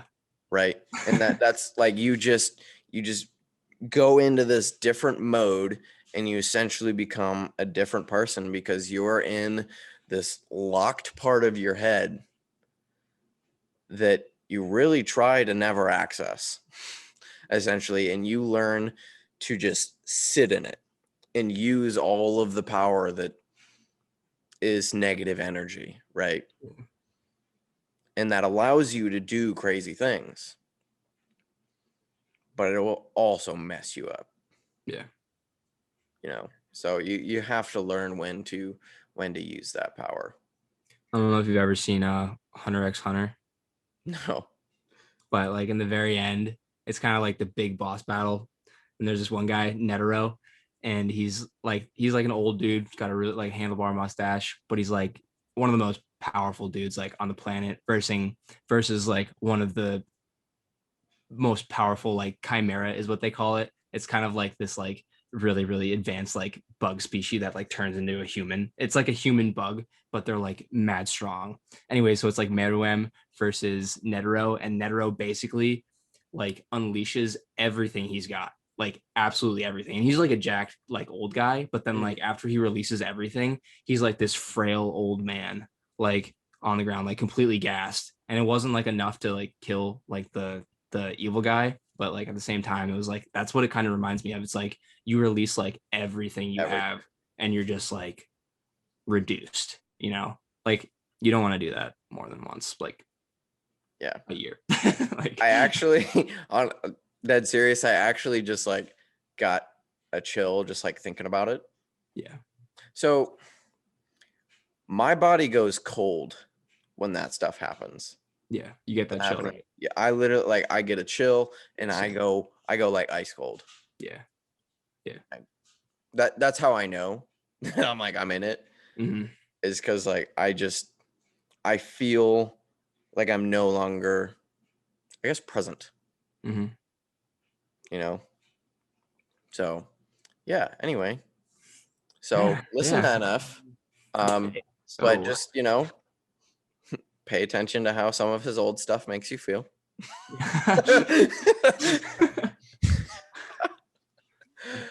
Anyway. Yeah, damn. Like even like talking about it is kind of like, because you know what your trigger is, Yeah. Like it's intense. Mm-hmm. It's intense. All right, should we switch topics? Should we get out of here? We should switch topics. Let's get out of here, man. I'm getting a little. So, dude, I got new shoes. Yo, what kind of shoes do you get, Brady? So I have officially joined the Vibram gang. And for those of you that don't know what Vibrams are, it is the toe shoes. And I know you know what I'm talking about now. Everyone knows what the toe shoes are. And I've only done 2 workouts in them. But I can confirm it's actually really great. Yes. It is honestly kind of a game changer. I've lifted in socks, right? That's generally how I did my compounds. And then talking about what we talked about earlier with socks on a wood platform doesn't work. I bought Vibrams, and I'm really glad I did. Honestly, it feels really good. I feel very, very rooted through the ground now. Yeah. Because the problem with socks is even on a rubber floor, there's still some give to socks, right? Yes, they still like a second skin. They still can like twist and fold under your feet and all that stuff. And having the Vibrams, I just like had a spasm there for a second. It didn't sound that bad to me. But having the Vibrams, it's literally just like planted into the floor. Kind of, I feel like a tree frog. Like that's kind of the best way I can describe it. Is I just feel like like stuck to the floor kind of thing. It feels nice. It feels good to have that feedback through all of my toes and the pads of my feet and my heels, and feel everything under me. It's cool. I definitely like it. Yeah, and you feel like you already walk different, right? No, I've always walked. Or you can feel. I can feel your toes how and I the way walk that your now. foot like articulates off the ground. Yeah, I can feel how I walk now. Yeah. Which is huge. It's so funny. It's so weird. It does feel weird. I actually just watch my feet while I walk now. I just like, I look down and I walk. I'm like, yes. Bump into a wall. I'm like, oh shit. Yeah, but if you've been thinking about getting them, they aren't everybody's thing, whatever. I don't care.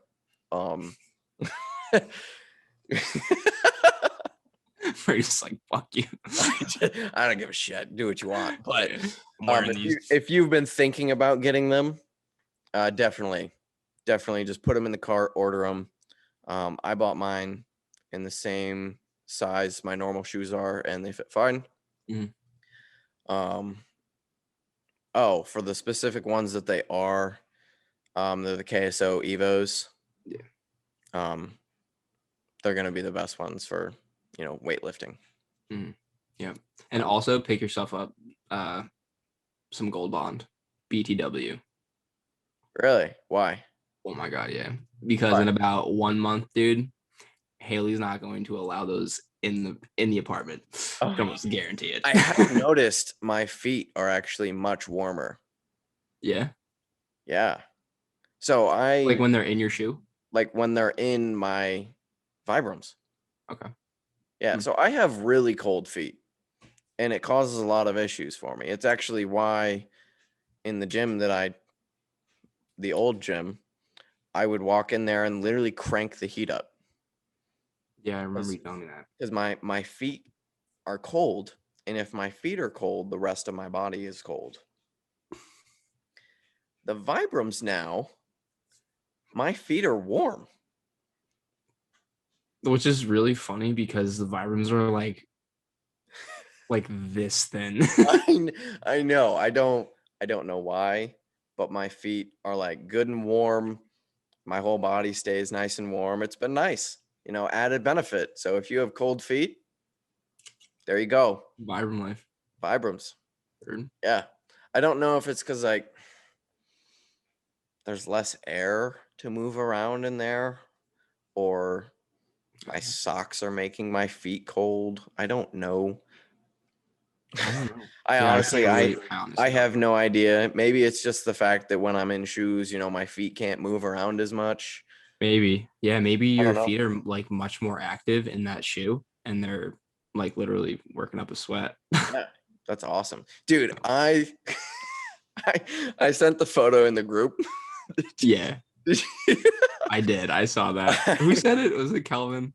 No, it was Travis. Okay. So after my first day wearing Vibrams, I took them off, and I literally had like popping veins through my feet. Yeah. I was like, oh, the Vibrams gave my feet a pump. So I took a photo and sent it in our team chat. And I was just trying to help the people with the foot fetish, but yeah, and Travis was like, let me get a look at those toes. It's hilarious. I thought I was funny. Anyway. So yeah, definitely can recommend the Vibrams. I should have bought them earlier for sure. Mm-hmm. Do you remember me telling you, dude? I was like, you gotta get them. Yeah, I mean, the first day I wore them, I added 10 pounds and 2 reps to my barbell row. Oh shit, I didn't know that. Yeah, I rode 365 for 9. I did not know that. Good stuff. Power of the shoes compels you. I guess that was a good thing that happened this week. That is a good thing. What the hell? Yeah.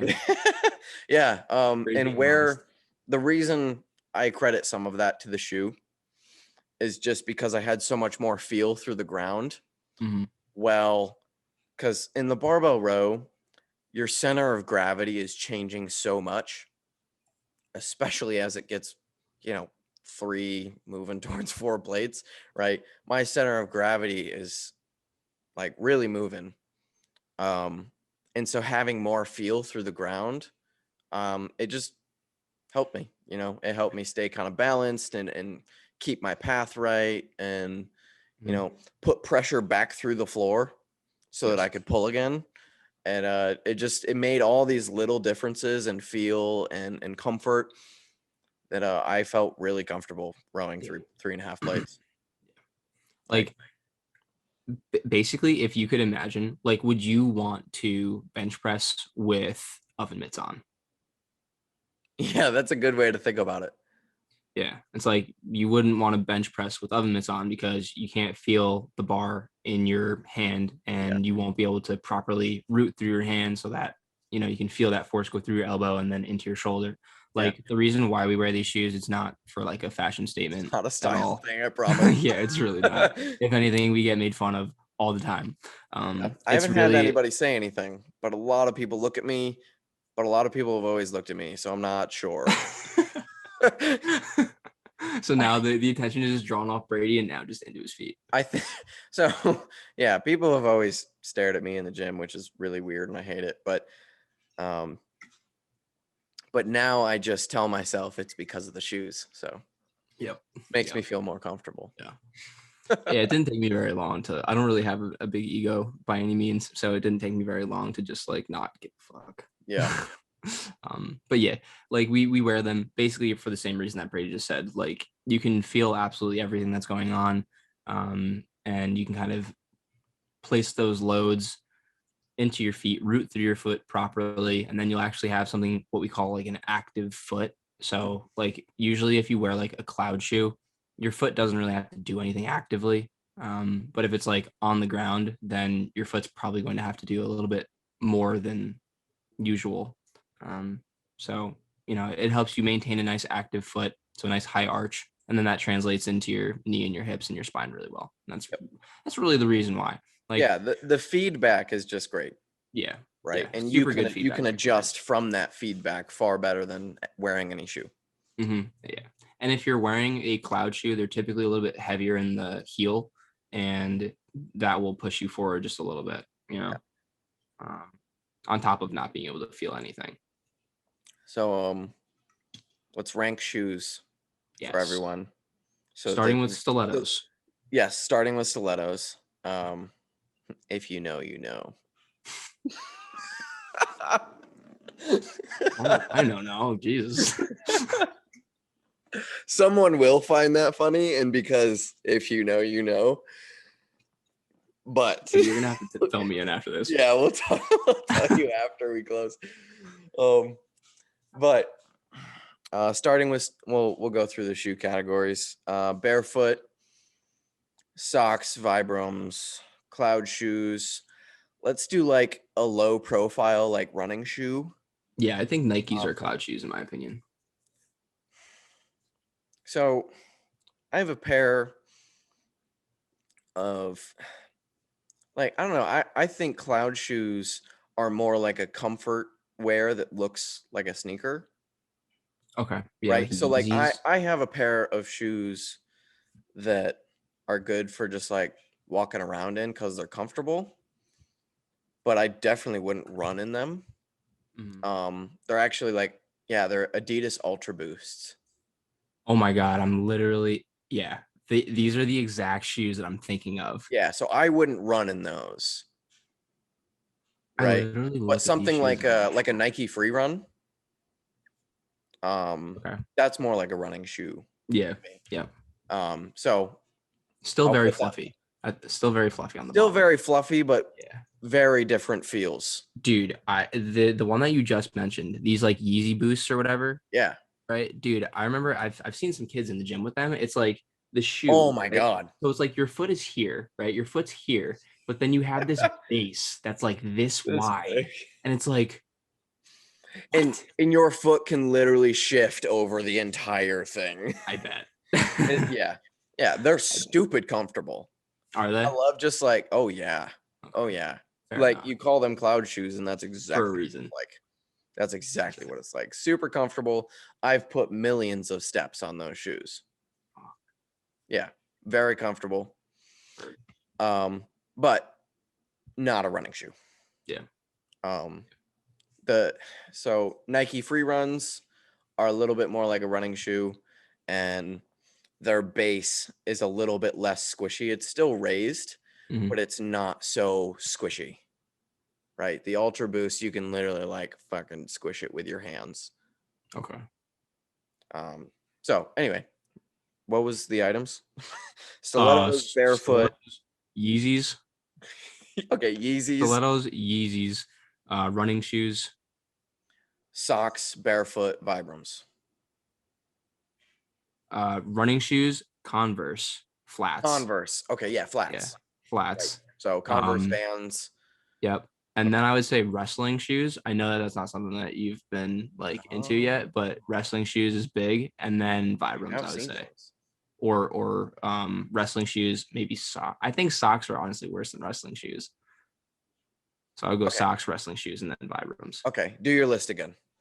Okay, so From stilettos. Worst to best. Stilettos, Yeezy. Wait, for best to worst?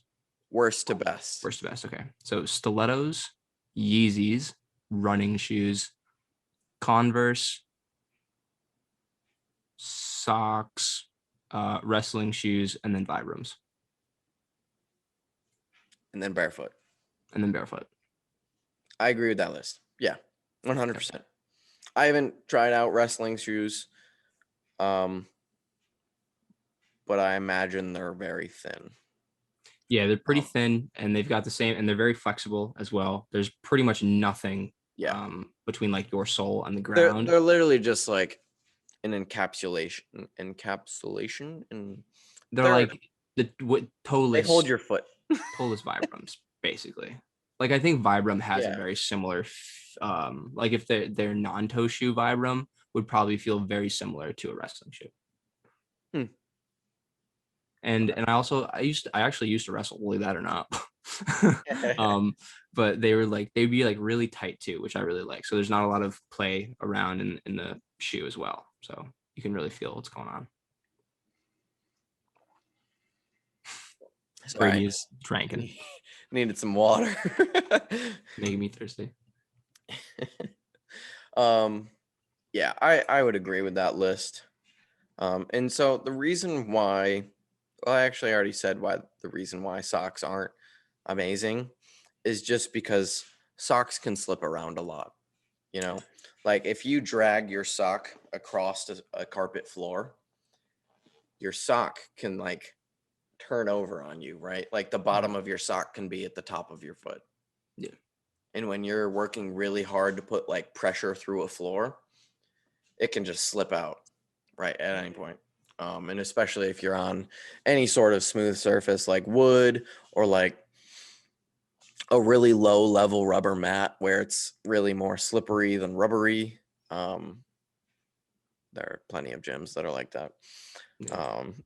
Who on the team was it that had their bare feet and then they were like slipping all over the place because their feet were sweaty?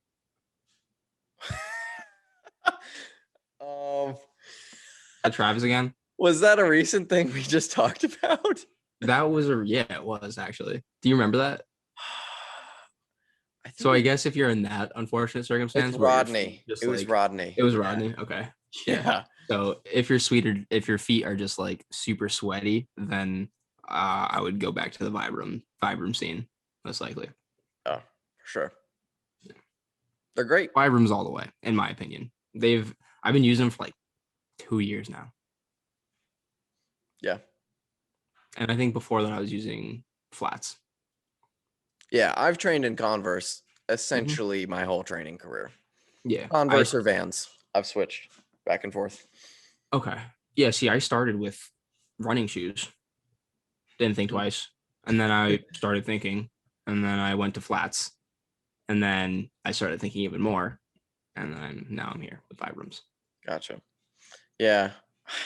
It's funny. My Converse that I've been training in, I've been training in those shoes for probably 5 years. That's a long time. Yeah, because I only use them to train. Yeah. Okay. Like I don't wear them anywhere else. Yeah. So that was a big shift. That was like a big deal. Oh yeah. Moving away. I've been using, and before that I've used Vans. I had another pair of Converse. Like I've literally used Converse or Vans my entire training career. Mm-hmm. Or barefoot. Yeah. The occasional barefoot that came in. I think just coming from my running background, it was just like I didn't really think twice, Yeah. I wasn't thinking about like what the fuck my foot was doing. Right. While I was squatting. No way. Yeah. Yeah. And I didn't do it from a position of thinking what my feet were doing. I just looked at people that were doing it and was like, oh, they're all wearing Converse.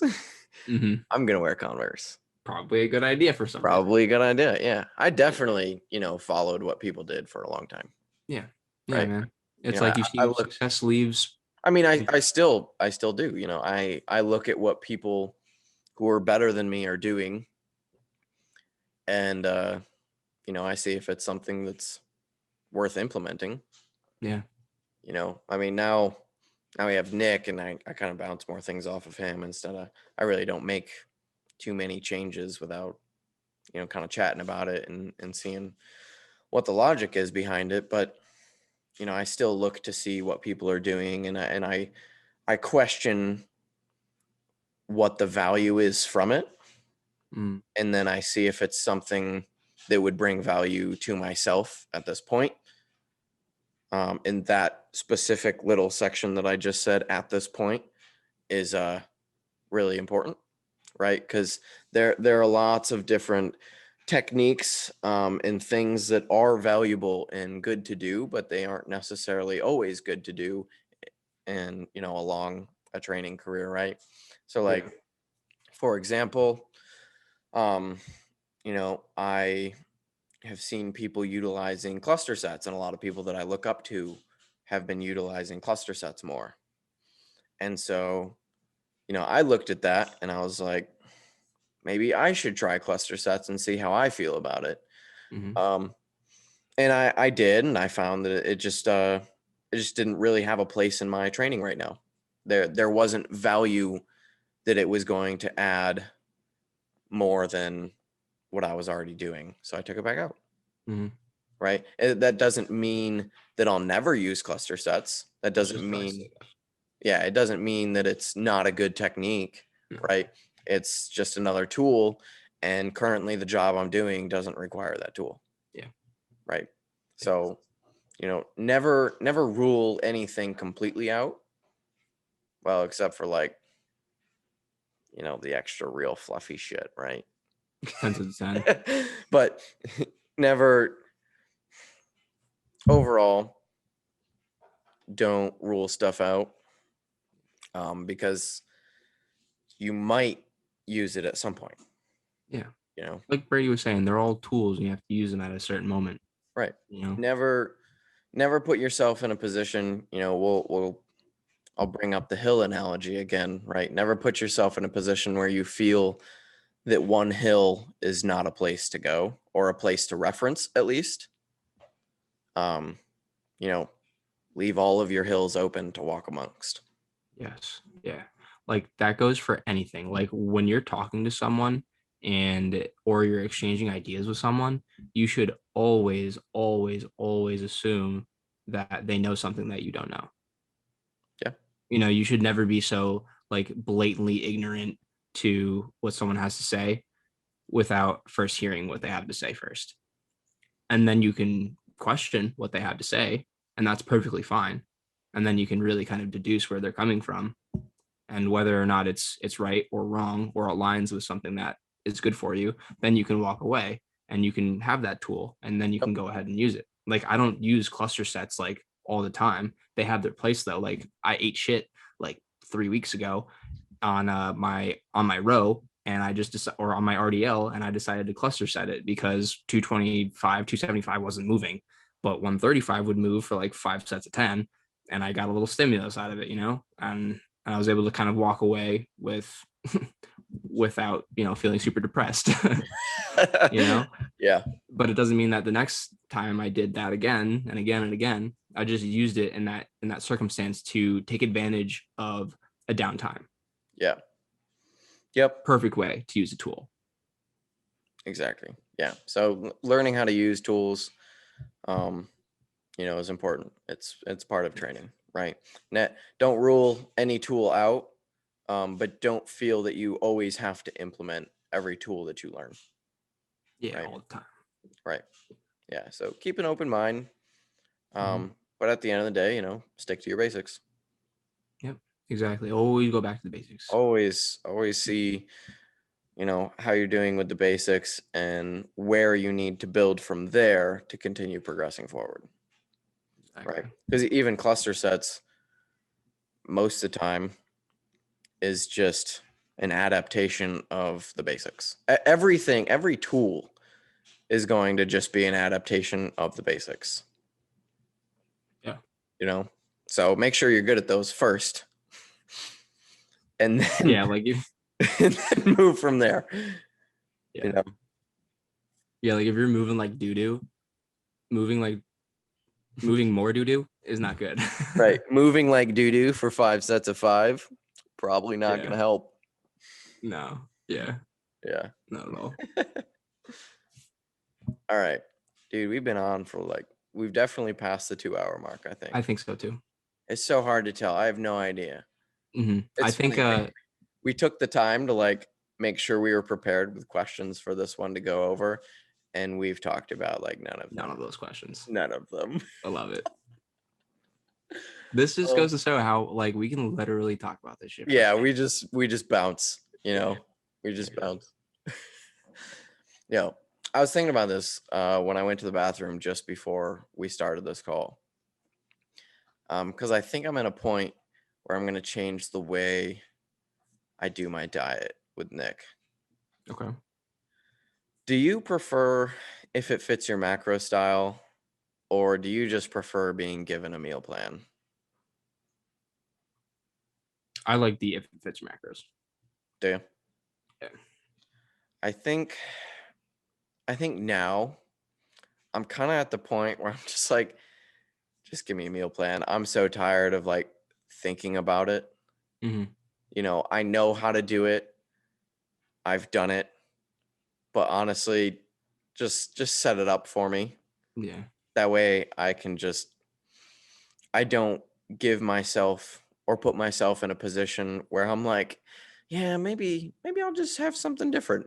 Mm-hmm. Right. And instead I can just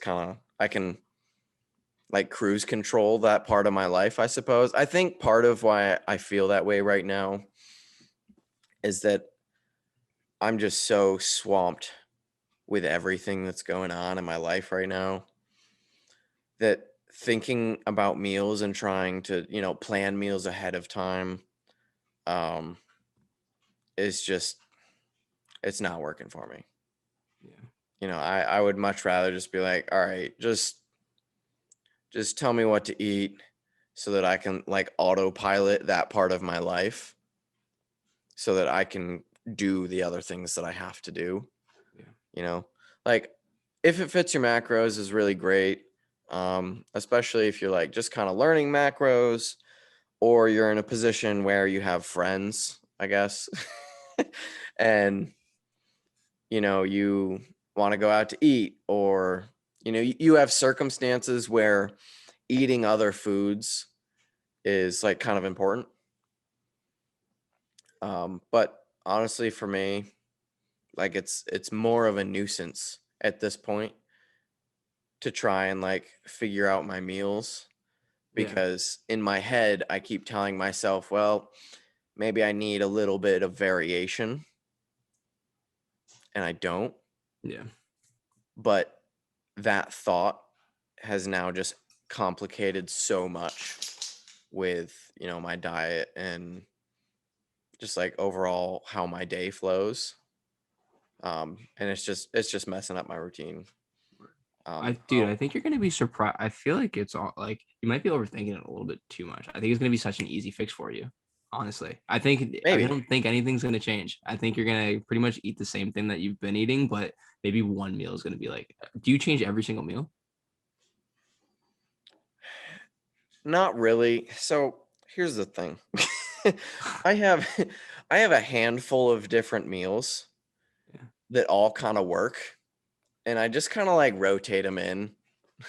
I'm like, this morning I'll have steak and rice, or this morning I'm gonna have 4 waffles and a protein shake, or this morning I'm gonna have eggs and some in a bagel. Yeah. And I just keep rotating them depending on how much effort I feel like putting in. Yeah. And I think sometimes too much variety can. Yeah, because then you've got too exactly much. what's happening. That's exactly what's happening. I've made so many different meals at this point that I'm like, but maybe I'll have this instead. Yeah. And I'm just like, honestly, let me be like the robot that I am, and let me just eat the same thing every day. Because honestly, I really don't care. Yeah. Like, I really don't. I don't have like any reward factor to food anymore. People in the chat found that really weird. Really? Yeah, they're like, how do you not like love food? I'm like, Nah. because I just don't.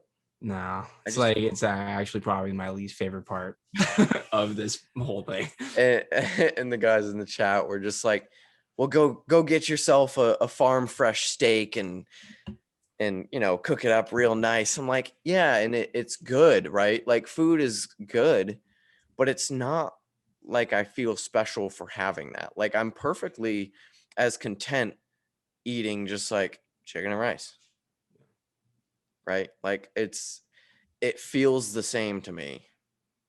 Like, foods can be good, sure, but to me, food is just like a part of what I'm trying to accomplish. Yeah, it's just another tool. Right. It's just another tool that I'm utilizing to move forward. And so Yeah. I'd really rather just have a meal plan at this point, so that, because, the other part of kind of what happens with that is, the meals are all pretty close to each other, but obviously they're going to have slightly different macros. Right. Okay. Yeah. And so, I'd rather just have a meal plan and have everything just be perfect. Right. And then when I wake up, I know exactly what I'm eating each time. I don't, there's zero thinking involved anymore. And I'm just kind of at that point. I'm tired of thinking, I guess. I feel that. Like, I'm beat up. I said that at the beginning of this episode. Like, right now, I'm beat up. Yeah.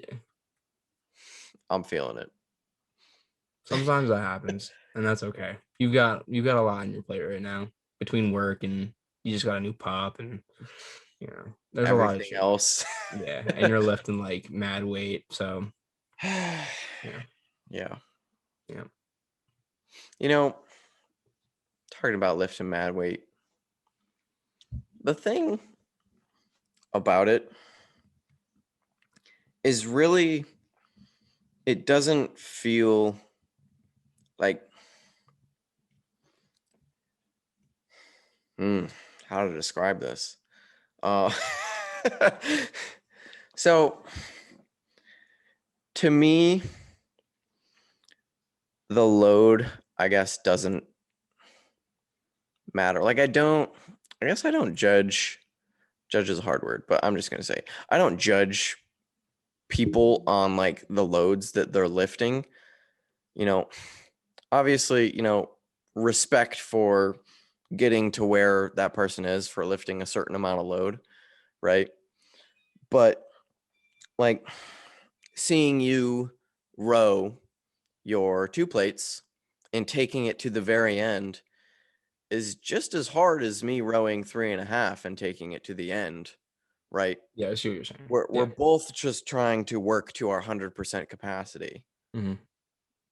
And because if I did 2 plates at this point,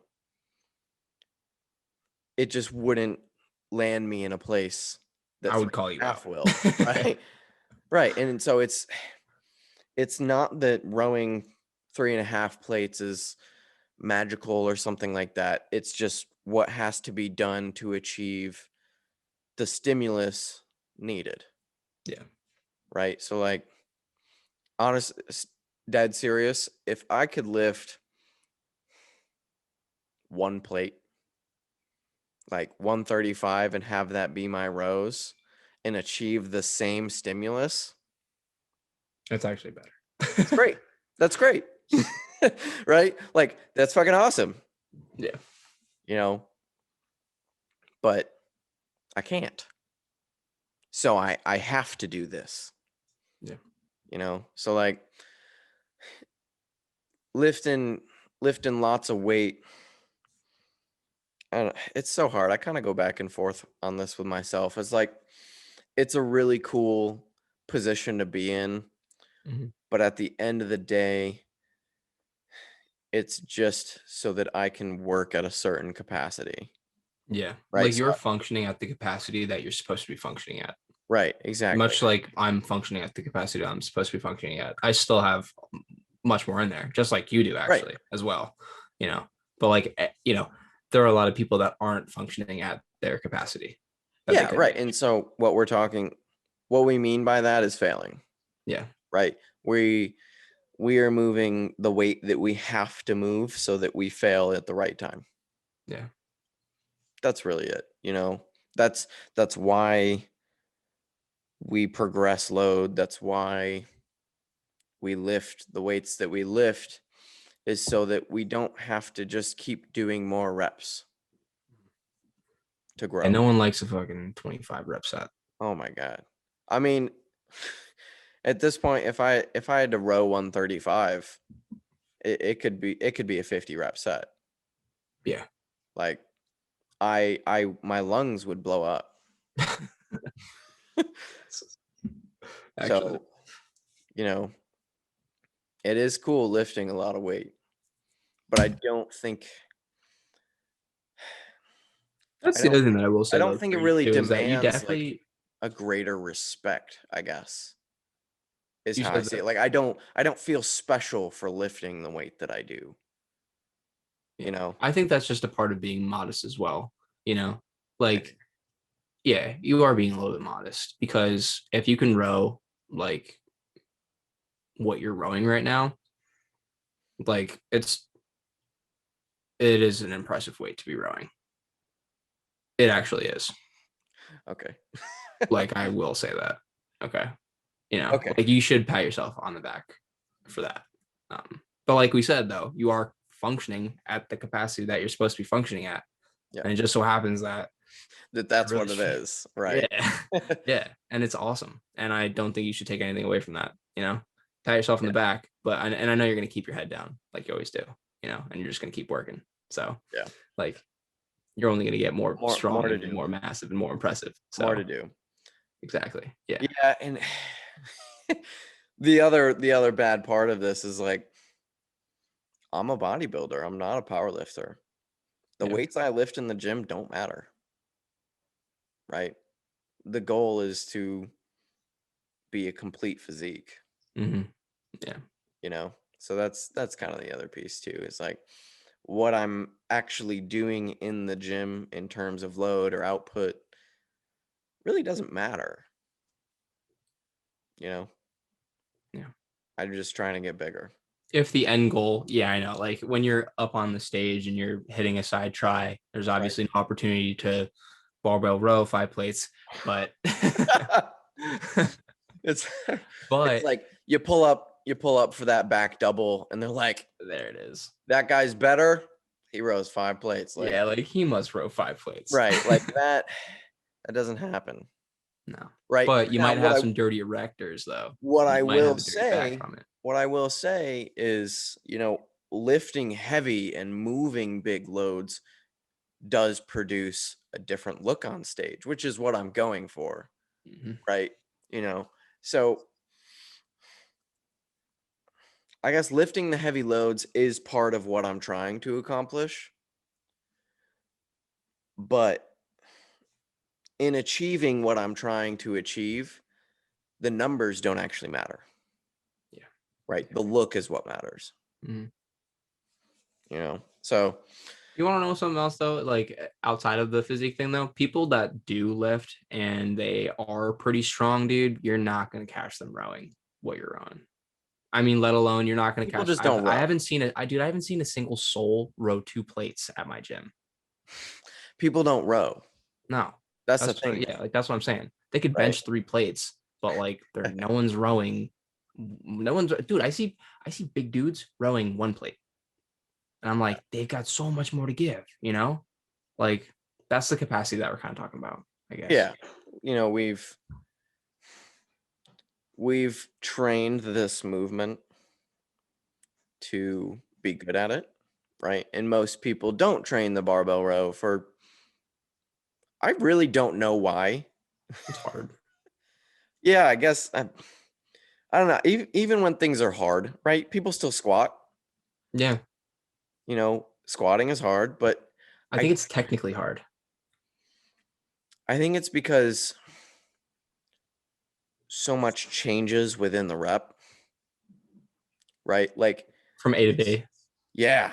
Like things become so off balance in the rep, and that's really what makes the row hard. Whereas with a squat, ideally, your center of gravity really doesn't change that much. Yeah. Well, I get it does, but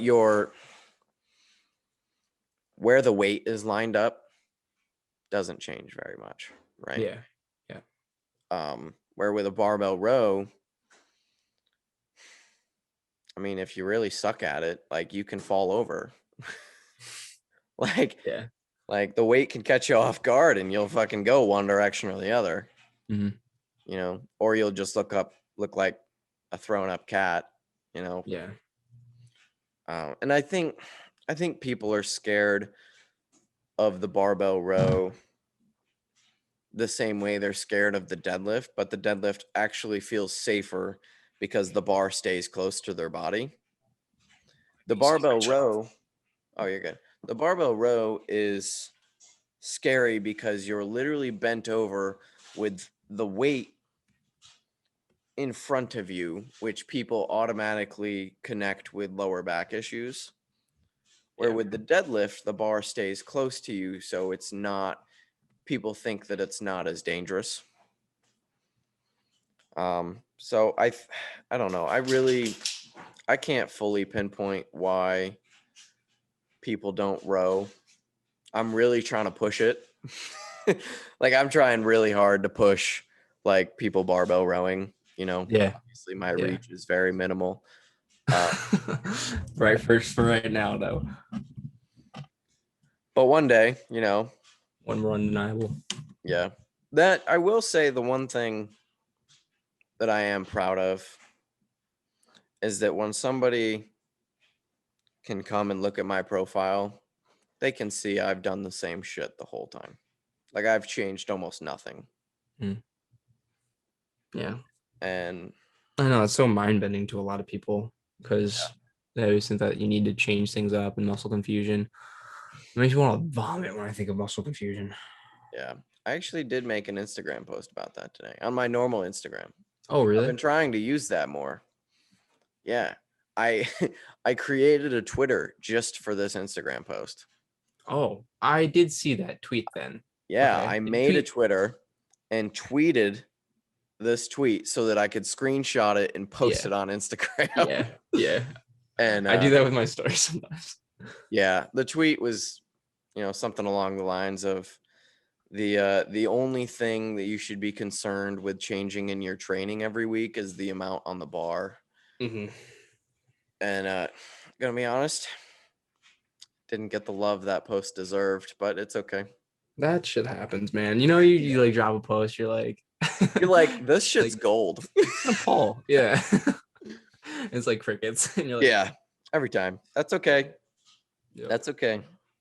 I'm gonna keep doing what I do. You know what, dude? Honestly, though, like this stuff will be reflected back on for years to come. Like you're gonna have people that float into your profile that will scroll and scroll and scroll through, and they're gonna find that post and they're gonna like it, or it's gonna resonate with them and it's gonna hit them. So like you're just right now it's here, but it might hit someone in the face. I'm literally just like dropping nuggets right now. Exactly. It's all good. Exactly. And you know what? If it helps somebody like recognize that they need to stop doing something in their training, then my job's done.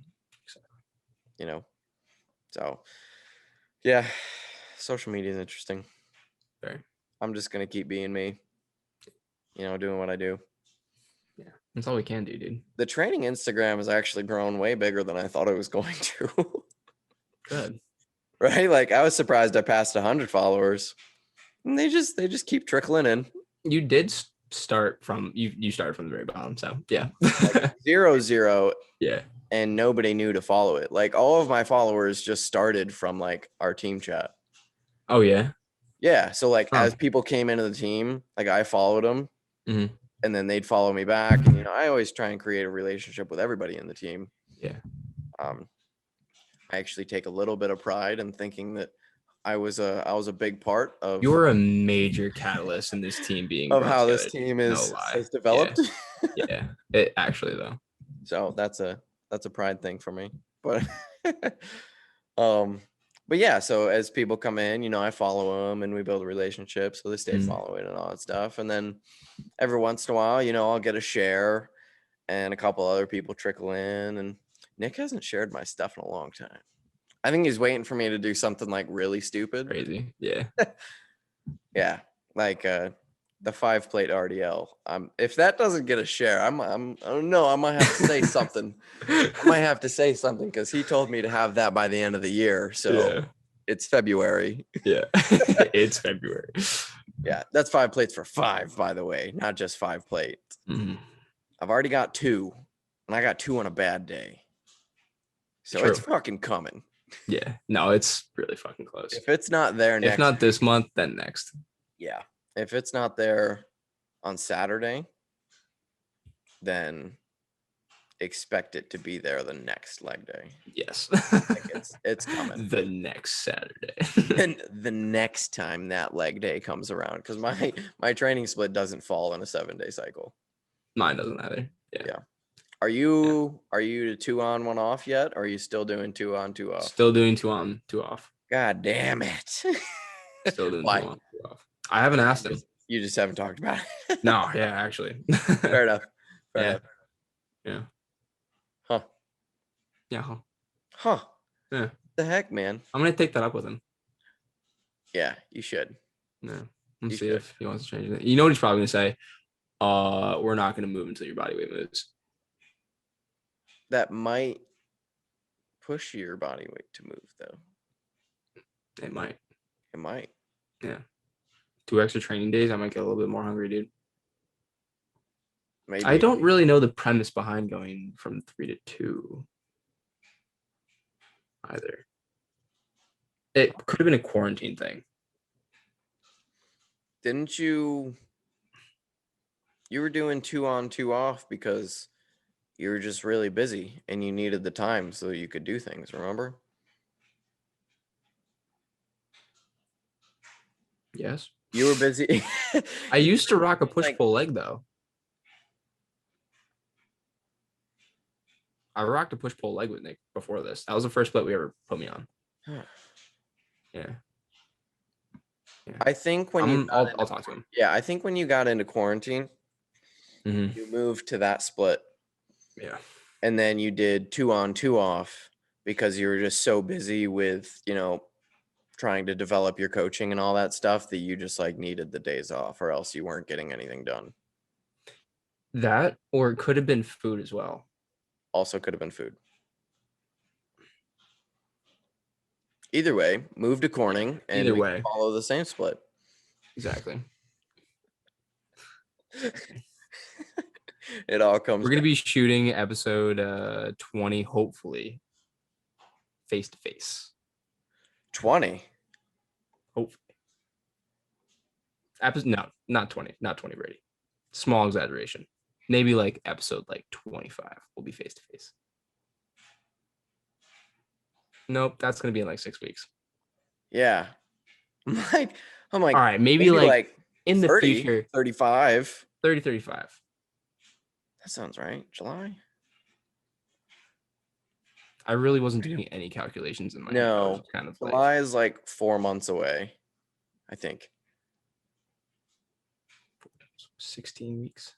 16 weeks. So yeah, 16 from now, 30, 35. 30. So hopefully, come that 30th episode, we'll be face to face. Dude, we'll have to make a whole little podcast thing. We'll have to have a round table, dude. Yeah. Oh my god. Oh my god. Do we use one mic or two? Two mics. Yeah, we'll have separate mics. How do we stop you getting picked up on mine and mine getting picked up on yours? We'll be far enough away. We'll make it happen. Yeah, we'll figure that out. Lots of people do it. It's 16 weeks from now. Hey, we got time. But yeah. So, you move here, we'll do the same split. It'll be sick. Thanks. And then we'll get you to 200 pounds. Exactly. Dude. You know what I'm actually most excited for is the fact that like people think I weigh like 170 right now. Yeah. So like when I'm actually 170, hopefully I look like I'm 200. Maybe. That'd be cool. Maybe. Yeah. I don't know. I think I definitely, I felt like I looked bigger while I was shredded. Right? Of course. Yeah, you always look bigger when you're shredded. You always look bigger when you're shredded. But on top, I will say though, being so much bigger than I was when I'm shredded, I'm almost 50 pounds up from my shredded point. And so being that much bigger, it's like, I see it. Yeah. I definitely like my legs are overly noticeable that they are far bigger. Really? Oh yeah. Okay. Yeah, my legs. I mean, it makes a lot of sense though. My legs kind of blew up. Yeah. They're like balloons. Good. But other things not so much. My whole upper body is a little sad. Mm-hmm. It'll come. Yeah. I think I have put on like good tissue in my chest, but it's so hard to tell just because like it's so soft. Mm-hmm. Or it looks soft. Yeah, I mean, I've definitely grown all around. I'm really excited to see how my back like looks when this all comes back down. Because like the end of my diet, I was rowing like 2 plates. Okay. So I've put a ton onto that. Yeah. So I'm excited to see how that goes. Dense. Yeah. And I actually did I took a photo. I took a back double photo. It is very obvious that I've done a lot of horizontal pulling. Yeah. And not enough vertical pulling. Like it's this almost thick. It's almost weird to see like the density in my back. Yeah. And then not have like the lats the outward lats to it, right? Yeah. Like I have so much erector like up through my trap tissue. Mm-hmm. But then and like rear delts. But then like my lats just have like no width to them. Yeah. I'm like, I fucked up. Yeah. How could I forget the horizontal pulling? I keep thinking about that. I'm like, I have so much to catch up there. Yeah. Like I really got to hammer these to try and like bring them back up to par.